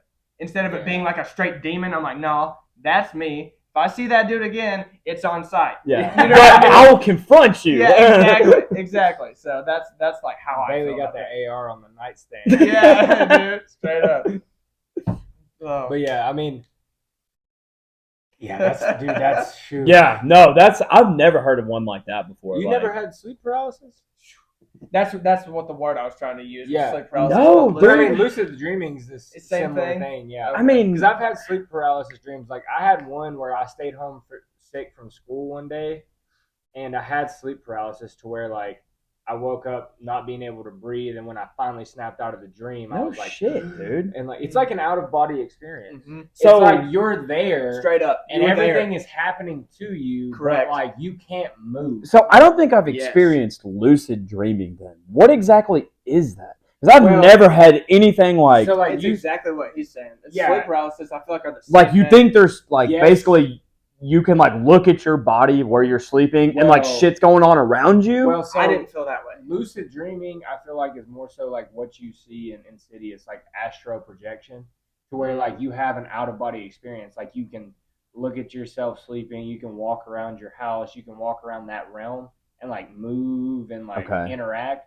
But like sleep paralysis is more so like what we're talking about, to where like paralysis is basically just like you're numb, you can't move, you can't do anything, you're just stuck. Even though you want to as hard as you can't fucking move. Yeah. You can't breathe, you can't do anything. Well, it's like the root word is like paralyzed. Yeah, you're paralyzed. paralyzed. Yeah, You were paralyzed in sleep. But like that dream I was talking about was like, I remember sitting in my bed, and it was when I lived upstairs in the middle room. yeah. And I was sitting there, and so there's a door straight ahead of me when I'm laying in bed. I'm laying on my back, and I can't move. But this big ass chest that I used to keep all my trophies in, heavy as shit. I couldn't move it if I tried. That chest was in front of my door, and there was like all these like footprints on the wall, and like there were hoof prints all over the wall, Hoof. red hoof prints all over the wall. There was like smoke on the floor, and that chest was in front of the door blocking me. But I could hear Cooper, my little brother, screaming from the other side of the house saying, "Help me." And I wanted to get up and go help him, but I couldn't move. And then it stopped, and I heard like what I think are hooves clacking on our hardwood floor, to the point to where it's like Crazy, right man. outside of my door. And about the time it comes around the side of the door, I go and wake up out of the dream and can breathe, because I realized halfway through it, I was like, bro, I'm in a dream. I need to wake up. That's some Stranger Things shit. Yeah. It's literally like you're in the upside Bro, I down thought during your I dreams. thought I was in Insidious. You know what I'm saying? It's like Stranger Things. Have you guys watched that? No. You haven't watched Stranger? Dude, you would love Stranger Things. Really? Stranger It's a Things is great- it's a incredible. great show. But like, so whenever they get like taken by these demigorgons, they're like in another parallel universe. Yeah. So Will is one of the kids that gets taken, and he can like communicate through his mom through like changing the lights in the house and stuff, because he's in his house, but of course she's not there. Yeah. So he can like do certain things in the house, and that almost sounds like literally the type of dreams that you're describing. Wow. Is that he's there, but like basically like It's a different a reality. shadow or something in the house and is not Yeah. physically in the room. Yeah. So I mean, you guys definitely think that there are different realities there that we can tap into. Yeah, I mean, for sure. And I would like to also think that, like, I mean, I know this kind of somewhat taps into religion, but like, I would like to think and entertain that whenever you pass, it's not your last time here. You know, I would like to think that whenever you pass, you can be some type of entity here, whether it be like you said, like, So like You're- reincarnation. but reincarnation is like you come back as like a deer or something like that. I'm saying like you see this room, but you can't like communicate with us. You know what I'm saying? Well, so you're like I you're saying feel you're that more way like too a- about how I believe. Yeah, like I Yeah. would like to entertain that. I'm not saying that's like exactly what happens, but like it would be cool to think that, just because like it's not all sad when you go, because the people that you do leave behind, you can go back. Like, you know, you can go and see how they're doing. You can check in, like the Christmas Carol movie. I don't know if you guys watched that with Will Ferrell and them. He can come back like and basically be a shadow or something like that and see what's going on. So, I mean, I'd like to think that's what happened. Like, you know, being reincarnated would be cool, but if you really think Well- about it, like, what else would you want to come back besides a human? What has a Yeah, lifespan? exactly. I mean, you could be a fucking turtle that Well, lives to that's a- 150, yeah, I know. but they can't do anything. That's the point of reincarnation, though, because like the idea that the Buddhists and the Hindus believe, I don't even think it's Buddhism. I think it's Hinduism is reincarnation. But basically, reincarnation is like it's all based off. That's what karma is. It's like a Oh, merit. yeah. It's a merit. So Yeah. like the more good you do in this world, the better you are off. So like if you come into this world and you are, a human and you're a very, very poor human, but you do good in the world and you try to be the best person you can be, Yeah. then when you're reincarnated, you're going to be in a higher class or you're going to be in a better spot. And you ultimately reincarnate yourself so many lives to ultimately reach nirvana, which is like your ultimate heaven, to where you're no more reincarnated. You're, in a heaven and forever lasting life. And I guess like the Christian belief of that is like there's no reincarnation. You just do the best you can, so you can make it. Make it to heaven. Heaven is like the motherland, basically. Heaven is the promised land. Is like where you go and you do what you're supposed to do, or at least try your best to be that way. But then you have like that's where all these other religions come in. Like Catholicism believes that you can do all that and be the best you can be, but it might not be enough. So you go to purgatory, and then purgatory is where you learn, you don't necessarily get punished, but you're kind of in like an in-between state to where you got to kind of figure it out before you can be enlightened enough to go to heaven. And then there's like all these different religions that all play with the same idea of like we don't necessarily there is something else after. Exactly. There's more to this than this life. Yeah. Like so basically while you're here, you need to put the work in and be a good person. And I feel like that is like a really great thing about all religions. Is like 100%. At the end of the day, it's all about community. It's all about being good to your neighbor. Don't judge people, yada yada, because this right here is not the end goal. Like today, you're being a good person to everybody, but the end goal is to eventually make it to heaven. But I also think too, when it comes to religion, is like you don't want to act out of almost spite of being like, I'm only doing this to get to heaven. You know what I mean? Like, that's the weird thing that happens like a lot of the time. Yeah, you don't want to just do these things just because you want to have a good merit to go to heaven. Because you should want to do these things because you feel in your heart it's the right thing to do. I mean, you believe this is the way the world should be, so you're trying to make the world a better place. You shouldn't have a selfish I'm with you. entitlement to it, to try and get to heaven. Yeah, like I'm definitely with you. I think we can all sit here and name somebody that is like that. Exactly. That's like, well, I do this. That means I'm going there. That's why I kind of have a reservation to go to a lot of churches and stuff, because I feel like a lot of the world is that way. Yeah, they feel like they're holier than thou, or they're better than you because they go to church, and it's just like, bro, I guarantee you, like, I'm treating people way better than you are. And I can see it firsthand. It's like the way they treat people. People that will get on Facebook and tell you is just like, post this Bible verse, or like tell you not to, treat people a certain way, but then they're the exact people that you see out in the world treating people the way they told you not to. Yeah, and I like to, whatever, like, it's not really a religion, I guess. I like to live my life this way. I do believe in karma, and I believe in energy. I believe in what you put in is what you get out in everything. You put in the work, what you get back. You do all this work, you're going to see the results, you're going to see the achievements. And I also believe that, like, if you're a really, really good person and, every time you see somebody, the first thing you should lead off with is a compliment. Hey, man, that shirt looks good on you, blah, blah, blah. And, like, and like, that's, like, the better person you are, the more good things are going to come back to you, not because of anything else. And that's just that's what my motto is I'm not necessarily like a religious person, but I like to think of myself as a good person. I would do anything for all of my friends, and I would, give them the best advice that I can or whatever. Like, I don't know. I would consider you spiritual, not religious. Yeah, like I like to think, like what else? We've had a couple sessions to where we've gotten deep into that sort of realm of understanding of just being like, we all three of us have had those experiences to where we kind of feel like we understand the energy aspect of it. Is just like, a situation can be stupid negative, but as long as you put positive energy into it, the worst thing that happens is you neutralize it. Dude, I was talking to a dude about this at work. Okay, so no matter what situation, which this is also where psychedelic experiences have helped me. My last psychedelic experience made me realize that we are a growth on Earth. We are nothing but It's getting deep. I know. we are nothing but a growth, bro. Think about it. All of the living organisms that come together on Earth, okay? This is what I was thinking about last time we did shrooms.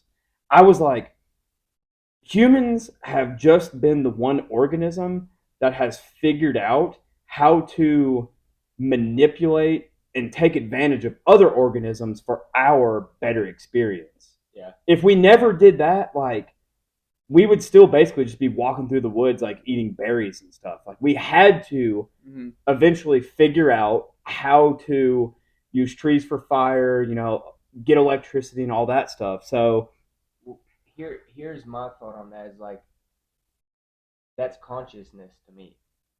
So like a dog, you could say is conscious, but he doesn't have that sort of innate understanding that humans do, to where they can think about reality, have theories about reality. Yeah. Where does that come from? I don't know, dude. I guess it's just your personal experiences. Like, again, you're a product of your environment, okay? Yeah. So if your environment is just a wild example, but for example, every time you see a policeman, okay, you immediately don't have distrust or anything like that. That has been a product of your environment, because throughout your life, that's what's caused you to be that way. Yeah. So you're a product of what you've been around. And so your consciousness, I guess, is also a product of that. It's what your brain has, all of your experiences, your whole life. That's what's been basically compacted to what you think about certain, like what I said earlier, like if every time I see a guy in a blue shirt, if when I grew up, everybody that beat me up was in a blue shirt, I probably wouldn't like guys that were in blue shirts. You know what I'm saying? Yeah. So, but like, to me, is like, that is sort of like a dog consciousness. Is like, a dog understands that whenever his owner says walk, that he's about to go outside, so he gets super happy and goes to the door.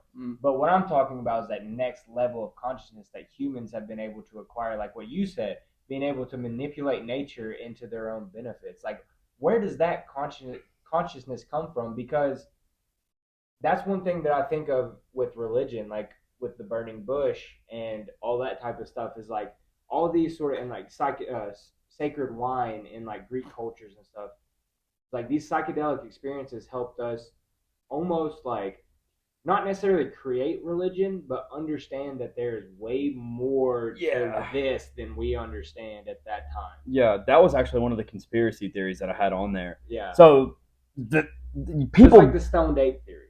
Yeah, that's pretty much what the stoned ape theory is. It's like, basically, it's like mushrooms around the organisms that they're on eat all of almost the bad bacteria. So, like, when you take mushrooms, it's basically like a lot. I'm totally butchering this.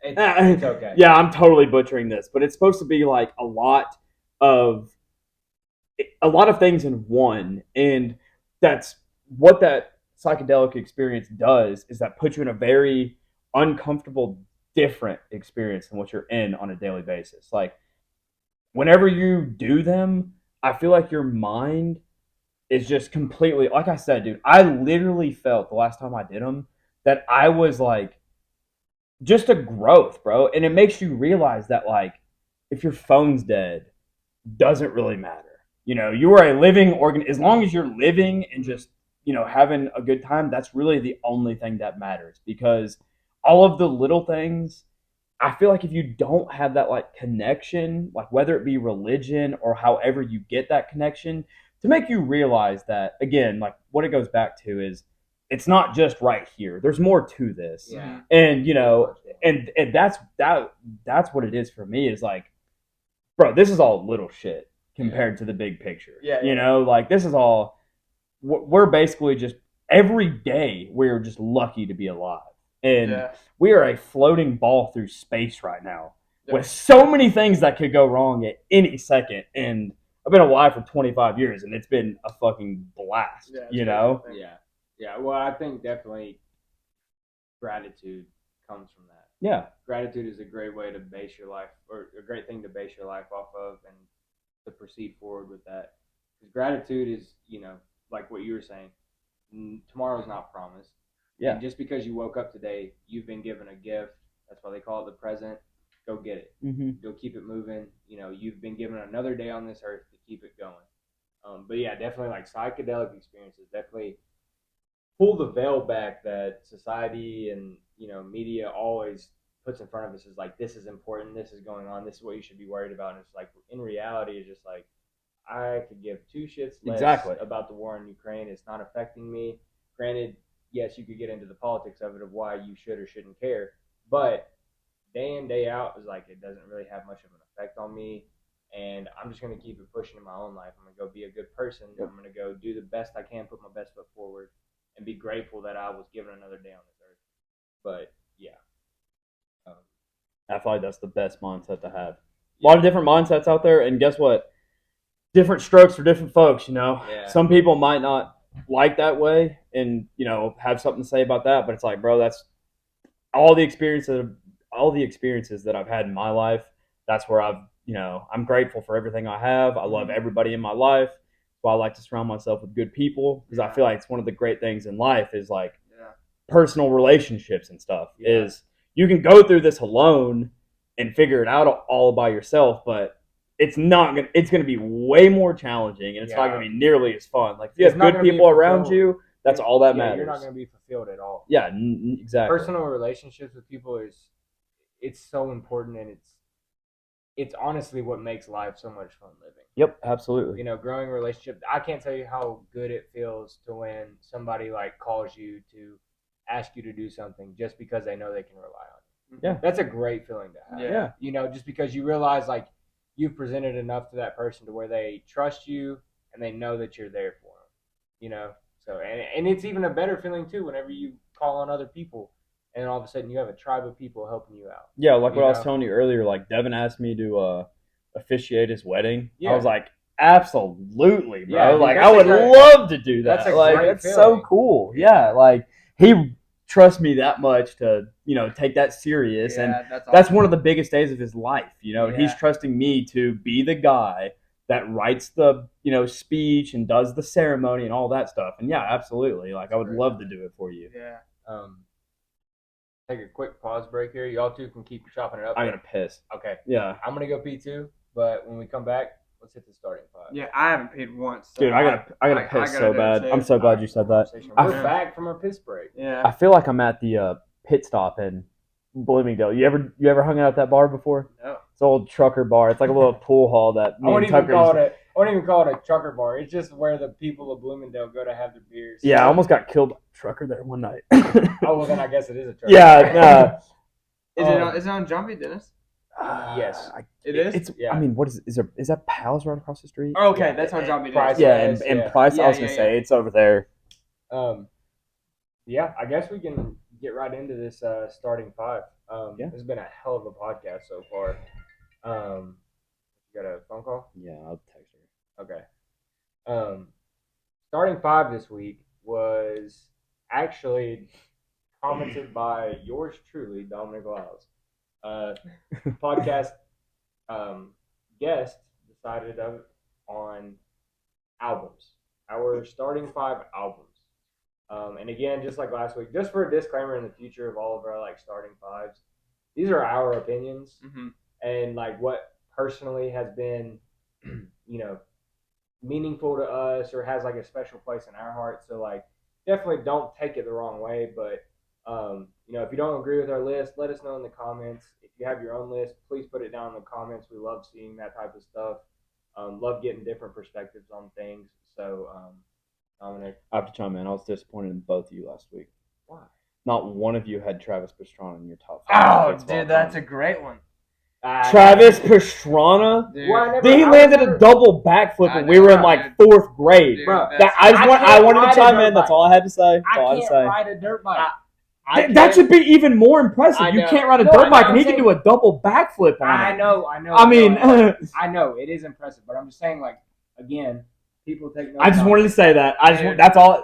Continue. I just wanted to throw that in there. It was personal. Nitro Circus is fire. Oh man. But I didn't. I don't know. When I think of that list, is like what comes to my head are the people that are the most notable to me. I was waiting for this man to say it I because know. he Dude. said John Jones is who I'd probably go with in my top 5 also. Yeah. But I was like, bro, Bailey definitely is going to say Travis Pastrana. Dude, I have a Travis Pastrana jersey. Dude, I can't tell. I get chills every time I watch him do that double backflip. That's what I'm saying. At X Games in 06, bro. That's what I'm saying, dude. I would have legend, dude, pioneer of freestyle motocross. 100%. Him and Brian Deegan. Yep. Like, dude, that era. Don't even get me started, bro. But that was not in my head because I wasn't thinking action sports. Mm-hmm. I was just like, okay, sports of everything. I can't remember who all you said, but there was one guy that I would have substituted out. Is he? Yeah, probably. I did. I don't really. I'm not really. I know you like it. I'm just not really a big Izzy guy. I would have said Travis Pastrana 5, and then everybody else you had just switch them around. No, dude, I get that. For all time, Izzy would have been the best one to probably take out. Yeah. He's just a personal favorite of mine. Dude, I know. Now that you say that, I'm like, damn, I could have easily put TP in there. I respect that because people. Like, even he's gave me some crap about it in the past. Like, I'm a huge Sugar Sean guy. I like Sugar. I love Sugar Sean, bro. I do too. I do too. I've watched every one of his fights. Like, if I'm working days the next day, I'll stay up and watch Sugar Sean fight. He fights August 19th. He's getting the belt against Sterling. Can't wait. I think so too. And my buddy Jacob at work, he's like that about Izzy. He loves Izzy, and I can't back his fighting style. Really? It's kind of boring to me. It is so technical. Yeah. Like, everything is so technical. I do like it. I like the way Izzy acts outside of the ring, too. Yeah. You know what I mean? He seems like a good dude. He's a dope dude. Like, yeah. Just very – he's a nerd. He's into anime. He's himself. Yeah, exactly. That's the biggest thing. Himself. And I will say, it gave me chills because I was watching it. When he knocked out Pereira, however you say it this last time, and he gave that speech. Remember what he said? That speech. I did gain a lot of respect for him after that because that speech was pretty legendary. Yeah, you don't really hear a lot of guys say that after fights. He said, "I hope everybody can feel this at least once." Yes, dude. And when he said that, I was like, "Oh, this is about to be some shit." Yeah. And he kept going. Yeah. And it was like, sometimes UFC fighters be talking, and you're just like, "Okay, get it over with, buddy." But like him, the whole time was like, "Tell me more. Tell me more." It's just like. It's 1:00 in the morning, and I'm dog ass tired, but I am ready to fight. Yeah, you know what I mean. Yeah, it was hype. It was very hype. Yeah, oh, man. He's a good ass dude. Mm-hmm. I love Izzy. But no, I mean, I was there. He wasn't in my top 5 just because he hasn't like really. All the guys on my list have like championships, and like I said in that podcast, championships to me is like the epitome of greatness. Yeah, that for means, sure. Like, yeah, you've accomplished it, and like even though you're great, you can still do it. But yeah, like I said before, this is all like a personal thing. Yeah, I didn't mean to throw a shot. I didn't mean to throw a shot. Dude, I wanted to throw that out there. I'm sorry. I caught the straight bullet right in my shoulder. I was like, bro, somebody say Travis Pastrana. Dominic said. Yeah, at least as an honorable mention or something, dude, bro. Now, I for real feel that with like what motorcycles and just action sports, skateboarding, all of that means to me. Yeah. Like I could have easily thrown, I don't know, like a Chris Cole in there. Or like Ryan Sheckler even. Nyjah's cold, bro. Nuts, dude. And we grew up with Nyjah. He was, 13? Or I think he was younger than that. He's a little bit older than us? Well, yeah, whenever he won his first medal, like he was like a little 13-year-old kid with dreads. And I remember I was in like 4th grade skating too, and I was like, holy shit, bro, this is insane. He's but yeah. Awesome. Yeah, I just thought you just throw a stray bullet out there for your boy. Just wanted to see Travis get some recognition, but no. So I guess I would love to do a separate segment of action sports athletes. That'd go hard. You know what I mean? Because you can do snowboarders, skateboarders, motocross riders. Then there's freestyle riders and like arena cross or like motocross, supercross. It's 3 different things. What's the dude? See, that's out of my wheelhouse. I don't know if you knew who he was. What was his name? Pat Casey. Pat Casey. He's got a son that rides bikes too, and he was raw on a BMX bike. He died with Axel. He was riding at Axel's sleigh ground, like Axel Hodges. Yeah, he was riding at sleigh ground like a month ago and died on a motorcycle. You're lying. Yeah, he was a famous BMX rider. He was a professional BMX guy. X Games during 2020. I don't know if you've watched X Games. It's whack now. X was Games starts tomorrow. Shit was lit whenever we were young. But anyway, the X Games during 2020, I guess like the COVID year, their BMX and skate was at Pat Casey's house in California because he has a fat skate park in his backyard, and he's got dirt jumps. And then the dirt bike FMX stuff was at Slayground. I knew that. It was at Slayground. So anyway, that dude, legend, and he passed away the other day. Kim Block, fucking Kim Block, dude, like absolute legend. Gymkhana videos, like legend, dude, gone. I know. That's crazy, dude. Those videos of him just straight whipping a WRX on the freeway. Yeah. But he's on the actual interstate. Freaking does like a 180 donut in front of a school bus, goes in reverse on the freeway like 70 miles per hour, then whips it back around. Dude, he's nuts. Yeah. But yeah, no, that's a tragedy. It really is. Because he paved the way. Yep. He paved the way for like just drifting and a lot of stuff. And DC Shoes, even though he was like what he was, DC Shoes wouldn't have been where it was without Kim Block. Him and Rob Dyrdek. I was going to say, Rob Dyrdek was the other guy, right? Yeah, him and Rob, dude. That's what I thought. It is. That's insanely tragic. Nuts, bro.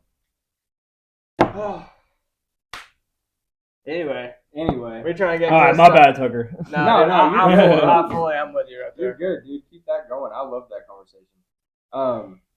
Me personally, I've never got that super into motocross to know like a bunch of names and stuff like that. Like obviously I watched like the big stuff, but I never really got super into it because me personally, I was a little fat kid. I had no business on a motorcycle or a skateboard or a bike. So I just never really got into it. But this week's starting 5 is going to be albums. No necessary genre of albums. So it's going to be, just personal albums to us that have been beneficial or crucial in our lives that have kind of helped us through. And Dominic, since you're the guest, I'm gonna let you Absolutely. go first. I'll fire it off. Basically, what we do is we just go 5 through 1. 5 being your worst. Well, not worst. Your least favorite. Yeah, least favorite. Least favorite. 5 to top 1. Yeah. Okay. So like your number 1 is gonna be your. That's it. Yeah. So okay. I got Currents by Tame Impala for a couple different reasons. S5. I absolutely. First of all, that album is an absolute banger. And shout out to Peyton Laughlin. The first ever times that I did mushrooms, I stumbled into a Tame Impala concert, and it was one of the most magical experiences of my life. Yeah. So I liked them before that, but like after going to the concert, their music is just different to me. Like I absolutely love them, and absolute nothing but bangers. Brother by the Black Keys. I don't know really. I think you kind of listen to the Black Keys. The Black Keys are my favorite band, bro. Is that the album with the van on it? No. I can't remember what's on the front, but no, that's the one with gold on the ceiling. That has gold on the ceiling. That's a good song. Yeah. But I absolutely love the Black Keys. They rip. I think who plays Jack Sparrow? Johnny Depp. He played guitar on that song, didn't he? What? I'm pretty sure. We'll look that up. We'll put this in the comments. I'm pretty sure Johnny Depp. He's a podcast. Jamie, pull that up. Jamie, pull that. Yeah, dude. I'm pretty sure he plays guitar on that album. Could it have been John Mayer? No, it was not John Mayer. It really Johnny Depp. Okay. If that's true. So this one brings back so many memories, and I guess this is where my love for working out came from. Metallica by Metallica. It's the Black Album. With the Metallica silver logo on it. Bro, this album, my dad had it on a CD, and he had this like speaker system that he had in our, I guess, home gym, you could call it. It was just in our basement. It was like a bunch of workout equipment. And I would be down there, and my dad would just be blaring it. And I remember I was probably like 8 years old, just like lifting 5 pounds, thinking I was cool. But that album, every song on there is a banger, dude. What's on that album? One. I think one, Enter Sandman, Forever I May Roam. Yeah. All those songs are awesome off that. And then we were talking about him earlier, and this by far is the best album that he ever had, dude. Kicking Incredibly Dope Shit or Kids by Mac Miller, bro. That's and it breaks. Okay, his other albums are good. I love Mac Miller to the end, but that album was by far top-notch music, start to finish, bro. Love that album. It's a great album. And then this is the last one, my number one album of all time. This one brings me back to my skater era. Every time I was on a skateboard, every time I was going to Yap Park in O'Fallon, the skate park, every time I was going to Plan 9, Lil Wayne, Carter 3, baby. Holy Phone home, baby. A Millie Lollipop. Bro, like, I still probably have, like, I don't even know how many songs are on that album. Like 6 of them are still bangers, dude, bro. Absolute bangers. So that's my top 3. Like a little bit of a mix. Like towards the end, it gets, I guess, towards rap. But like, yeah, absolute bangers on any of those albums. Oh my god, that's a great surprise. So run it back to the folks. Okay, so Currents by Tame Impala, Brother by the Black Keys, Metallica by Metallica. It's the Black Album, and then Kicking Incredibly Dope Shit or Kids by Mac Miller, and then the Carter 3, Lil Wayne. Preach, bro. Yeah. Yeah. Fire top 5. That's so good. Fire. Yep. 5. And you covered a lot of genres. You did. Yeah, dude. I mean, which like, really explains your music taste because yeah, you were one of my friends that had like an extremely wide array of music taste. I was very close, like honorable mention. We're talking Bustin' with the Boy stuff here. I think it's Traveler by Chris Stapleton. Yeah. Like great that album great album is a bomb, dude. All of those songs in there. I think that's the name of that album. It is. Yeah, that album's fire. Like I can turn on absolutely anything. And like I said earlier, if it's a good artist to me, it can make me dance, laugh, and cry. Yeah. Like if you can do any of those things, like you're a great artist. And Chris Stapleton is definitely one of the best artists out right now, for sure. That's a fire starting. That's a great starting point. You want to go next? Bro, I will go next. So I texted in the group chat that we had for this podcast earlier, and my starting 5 legit would be all rap albums. But to make it interesting, I only limited myself to 2 rap albums. So just to make it interesting, I was like, I won't do rap because we can leave it for the future topic that, okay, we can do top 5 rap albums of all time in a later starting 5.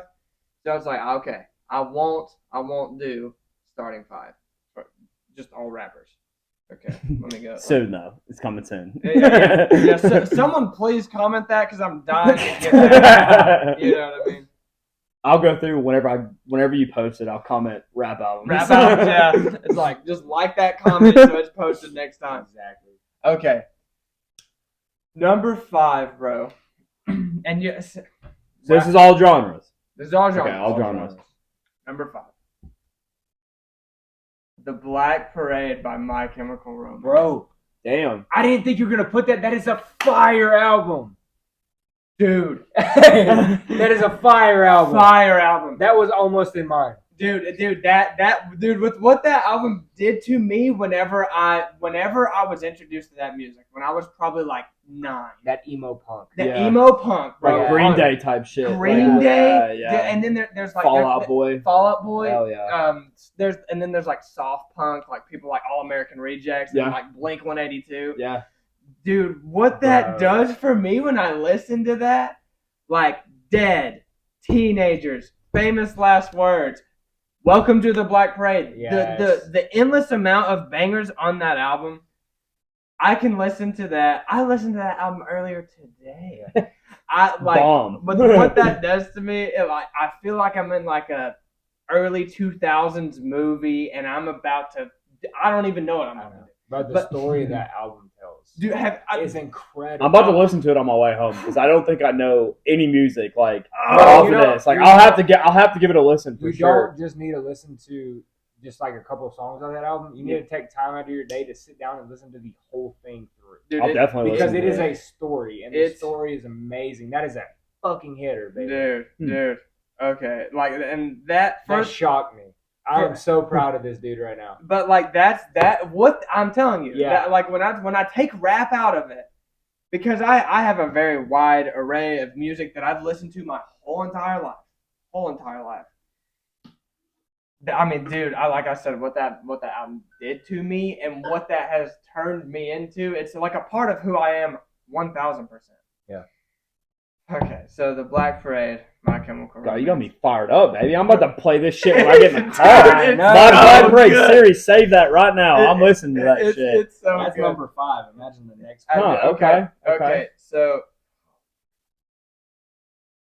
number 4, I'm gonna stay in the same realm, not the same exact genre, but same realm. Is The Sufferer and the Witness by Rise Against. Dude, Great album. this album, oh my gosh, if you haven't heard like The Good Left Undone, if you haven't heard Roadside, if you haven't, dude, I don't know what rock you would call it. I would just call that rock. It's just rock. I would call that. Yeah, I feel like they're the purest form not of rock. heavy metal, but like rock, Yeah. like a Seether type rock. Yeah. Yeah. So that's a good way to Yeah. put it. Yeah. They're rock. They're Mhm. not hard rock. They're not metal. They're rock. Yeah. Yeah. Dude, but my cousin Cody showed me that album when I was like in 7th grade probably. He put it on my iPod for me. And dude, like what it's like the same vibe that My Chemical Romance gave me, Yeah. but it like had a little bit more of a oomph to it. I'm like, okay, this is you know what I mean? You want to I'm run like, through a brick okay. wall, baby. Yeah, after you yeah, listen to yeah. it. Yeah, Like, I'm ready to go. Exactly. Yeah. That's what that album did for me, and I'm like, oh my gosh, bro, you got to check that album out if you haven't listened to that album. Great album, definitely in my top 5.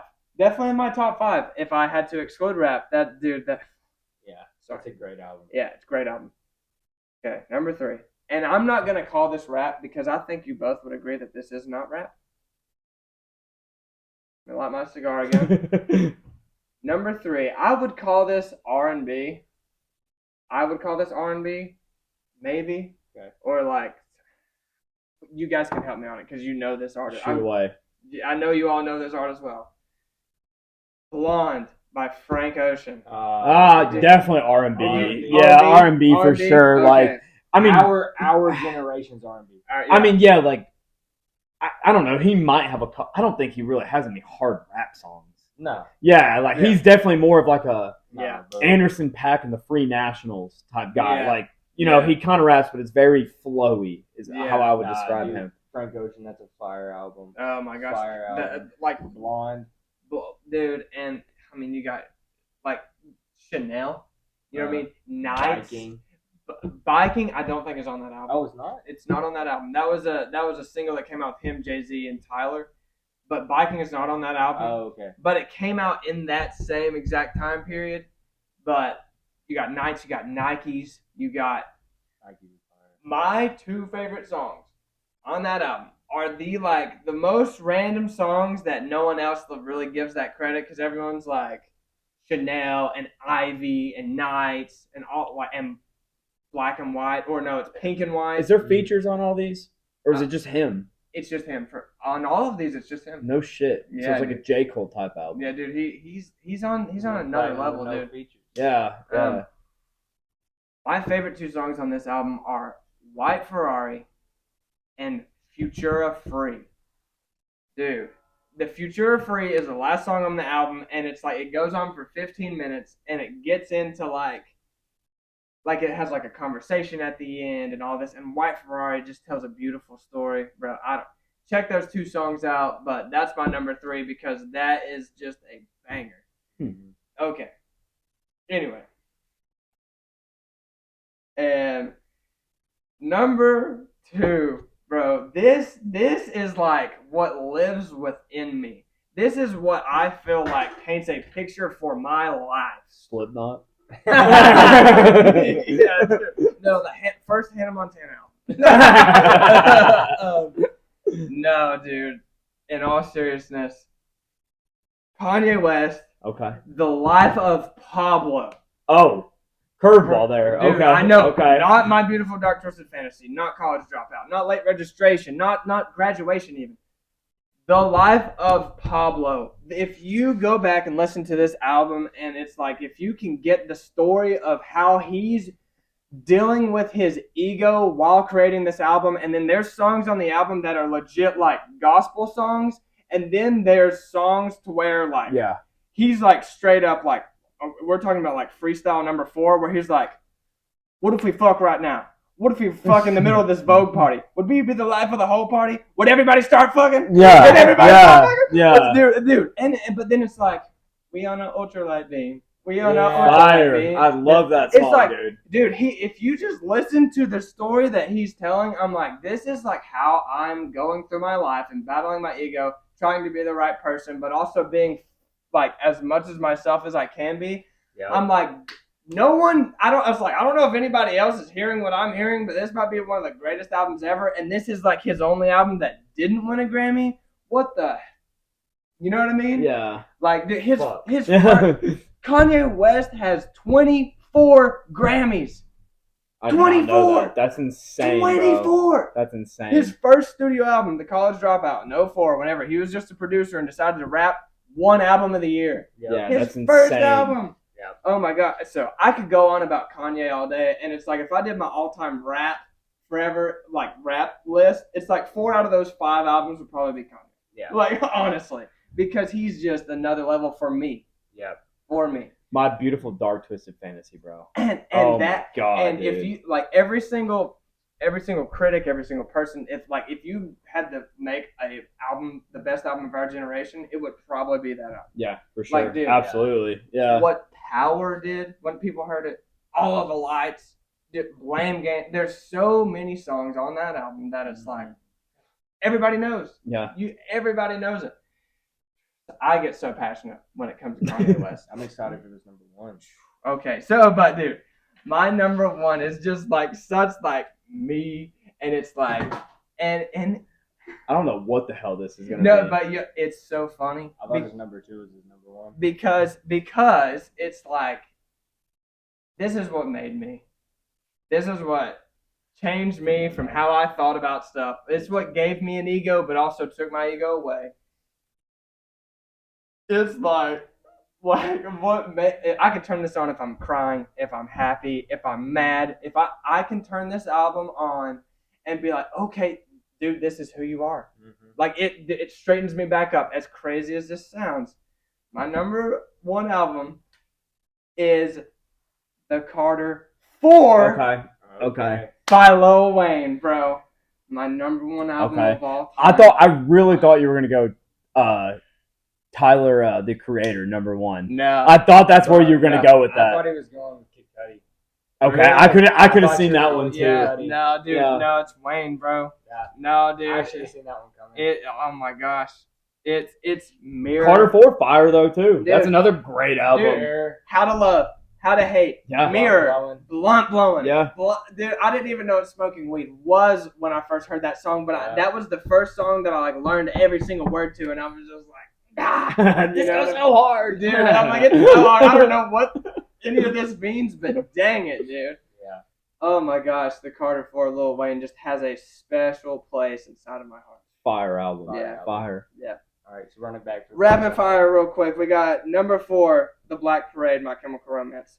That's number 5. Sorry. Yeah. Number 5, Black Parade, My Chemical Romance. Number 4, The Sufferer and the Witness, Rise Against. Number 3, Blonde, Frank Ocean. Number 2, Life of Pablo, Kanye West. Number 1, The Carter 4, Lil Wayne. Fire. Another like melting pot of a bunch of different music, but still all of those are still fire. Yeah. Definitely solid. Oh man. All right, so for my starting excited. 5, I got to bring out some props. So give me a second here. No way.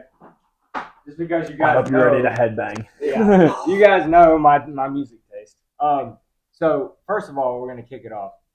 My number 5 in my starting 5 is The Eminem Show by Eminem.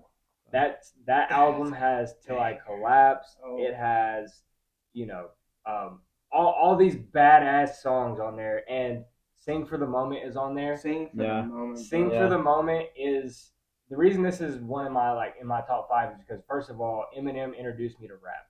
When I was little, I remember watching the MTV Music Awards and Eminem performing "Sing for the Moment" with the Ferris wheel on the stage, and I remember seeing that and being like, "What the hell is this?" And it really got me into rap music. And he introduced me to it, and "Sing for the Moment" has been such a great song. Shortly after that, I found "Lose Yourself." It's hard ass rap. Mm-hmm. So yeah, my number 5 is gonna be "The Eminem Show" by Eminem. Huge. My number 4 kind of goes along the same lines, just a different genre, and that is. Let me get this bitch out here real quick. I had to wrap it up because it was raining earlier. So wait. Sorry, I had to wrap it up. So Oh man. my number 4, "All Hope Is Gone" by Slipknot. Wow. All Hope Is Gone. It's got Psychosocial. It's got Dead Memories. It's got Snuff.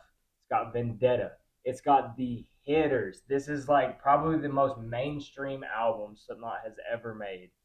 And honestly, this is if there's a dark like black metal, heavy metal that you can listen to, this is the album because this is the most radio hits that they have ever made. It'll definitely get you into it. 100%. Psychosocial is the first song I ever heard from Slipknot, and to this day, Slipknot is my favorite band.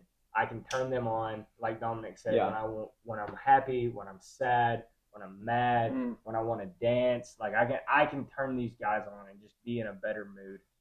And this album itself is the album I found Slipknot on. Because, I was kind of at that age to where I was wanted to rebel. I wanted to figure out some crazy shit just to be like angry. You know angry, what I mean? Bro. This emotional teenager, and this is the album I found. And actually, credit to Bailey for showing me Psychosocial. Bailey showed me Psychosocial by Slipknot, and I've been on a kick ever since. The YouTube video?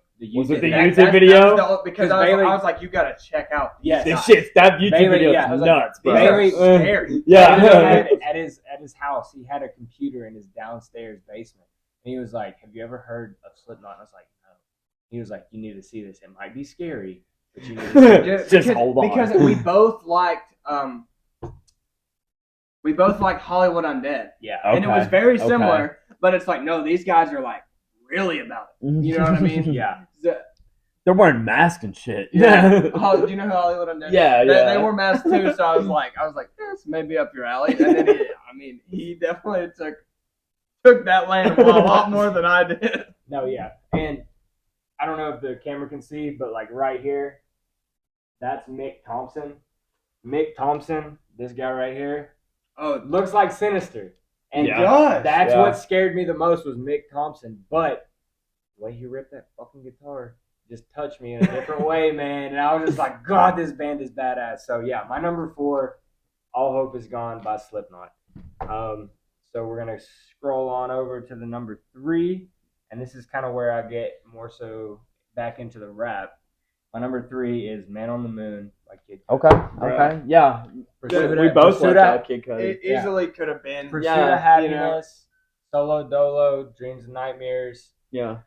Up and Away. "Soundtrack to My Life." Bangers. Soundtrack to My Life. I mean, bangers. And like, this is one of those albums where like, so all these different albums hold a special place in my life. And like, Kid Cudi was one I found like late high school, early college, to where like I was smoking a little bit too much weed, but I was also trying to find myself. And like, Kid Cudi definitely helped me like understand like we all come from issues and problems, but those don't define us. The way we combat those things and come out on the other side better is, what defines us. And that album truly helped me. I mean, that's a fantastic album. I can turn that album on and literally cry as it goes through the entire story. Same, so my number 3 is "Man on the Moon" by Kid Cudi. My number 2, and it was really hard to put this one at number 2 because this is one of my favorite rap artists of all time. Oh, I know what it is. It is 2014 Forest Hills Drive. Yes. Okay. I knew it. J. Cole was one of those guys that when I was in a very, very dark place, helped pull me out of it. And he has no idea he did that. Shout out J. Cole. Yeah, shout out J. Cole. He has no idea that he did that. But I think that's the beautiful thing about the music that he makes is that he understands that he is doing that for people because he's explaining his own mindset and his own struggles and being vulnerable with himself and the audience through his music, and it's beautiful. And one of the most memorable experiences I have is I finally got to see J. Cole live last year at Bonnaroo, and he played Love Yours. And Love Yours is one of my most favorite songs because it basically tells you, you know, like in that song, one of his lyrics is, there's always going to be a bad bitch that's a badder bitch that's out there on the tour, but you're never going to be happy until you love yours. And that lyric is just so beautiful because it is so true. It's like, yeah, obviously there's better shit out there. There's crazier shit, but what you've been given and what God has given you in your life, if you're not happy and grateful for that, you're never ever going to be happy. Never ever. If you go keep chasing greatness and happiness, you're never going to find it because it's right here in front of you. Yeah. Take the time to sit down and look at it and be grateful for your life. You'll find it. And J. Cole just threw that entire album. Apparently, January 28th, Wet Dreams. He's so relatable and tells stories so well in that album that, you know, it's a platinum album. Yeah. With no features. You know what I mean? Yeah. Just Beautiful. A solid album. And the fact of him being like, you know, he constantly talks shit of just being like, I went platinum with no features. Yeah. And he does it again and again and again. But J. Cole, 2014 Forest Hills Drive, my number 2 album. My number 1. This one is crazy. People might not feel the same as I do, but I didn't know where he was going. Iowa by Slipknot. Wow. This album, I'm telling you, from the moment it starts to the time it finishes, you are on a adrenaline rush roller coaster. This album is fire. The very first track is parentheses 515. And it's because that 515 is not even a song. It is literally one of Slipknot's band members having a freak out in the studio of like anger and anxiety and everything, and they recorded it. Really? And they put it on the album. So it is literally just a freak out of one of their band members, and they recorded it. Sid Wilson, their DJ mixer, mixed it up and just made it fit into the album. And immediately, as soon as it ends, they get right into People Equal Shit. And that song, I know that sounds super dark, but that song is fucking fire, dude. That song brings and evokes such an energy in me that I can't even describe. Like, if I'm in the gym and that song comes on, I think I can lift 20-25% more weight. Ready to go. I mean, and then right after People Equal Shit is Disaster Piece. Disaster Piece is one of the most technical metal songs I've ever heard in my life. Rest in peace, Joey Jordison, Slipknot's drummer. He died right after making All Hope Is Gone. And Disaster Piece is the craziest example of drumming I've ever seen in my life.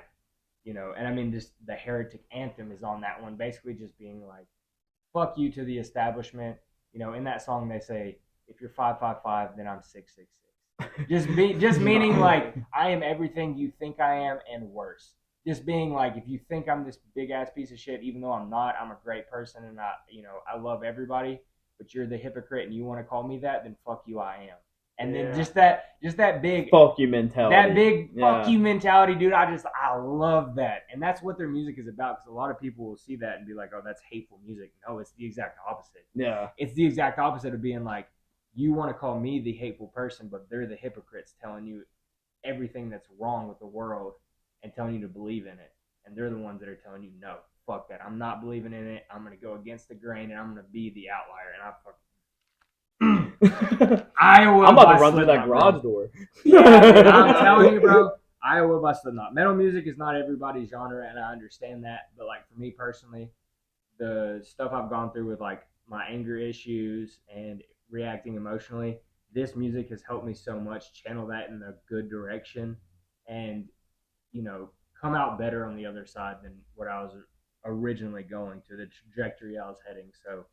Yeah, my top 5 are going to go The Eminem Show by Eminem. My number 4 is All Hope Is Gone by Slipknot. My number 3 is Man on the Moon by Kid Cudi.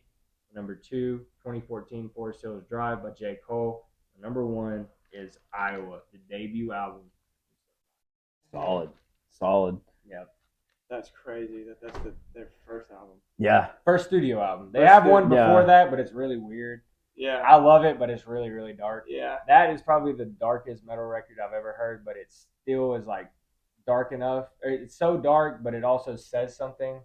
So it's still an art piece. I don't The think first I've ever one is listened just, to that one. Me I don't think I've ever neither. listened to Me neither. Iowa. bro, you need to listen to it. That is it gives me chills. It gives me chills thinking about it. As soon as I bought that, I went up to there's a place in Bristol, like on Main Street. I can't remember the name of it, but State Line. no, it's a record store. Oh, It's a okay. record store in Bristol, and that's where I bought All Hope Is Gone. And they have all the other albums too, but I wanted Iowa, and they didn't have it. So me and Hannah went to eat with her parents at 620, and we went over there. And I was looking through, then all of a sudden I stumbled across that silver casing, and I was like, no fucking way. Jackpot. Yeah, it was $35. I was like, I'll take it now. Snag. Snag, dude. Oh, dude. $35. Their first studio album, and I mean the freaking. If you look at the actual vinyl itself, it's so fire. Yeah, that's dope. Like the actual vinyl itself is. Oh, they got different colored records too. It's like Yeah, that shit's hard. Yeah. it's got the fire. Slipknot logo in the middle, and it's like that translucent green. Yeah. And look at the paper that it's in too. It's got like a cool design and shit on the paper. That's Yeah, awesome. I mean it's a fire album, dude, and I can't tell you how much I love Slipknot, and I've still yet to see them in concert, but I'm trying my damnedest to get there. Golly, dude. I can only imagine Yeah, the day that happens. I'm probably gonna cry. It's such a they've been so. We'll make it happen. Yeah, I hope so. They've been so instrumental in my life, especially like with all the anger issues I've dealt with, of like helping me channel it to a better purpose and a more less destructive Yeah. purpose. But yeah, that's my starting five. And as soon as Dominic gets back here, we can shoot this outro. I Get got it done because I think we've been going for like Dude, I think we might have been going for more. probably.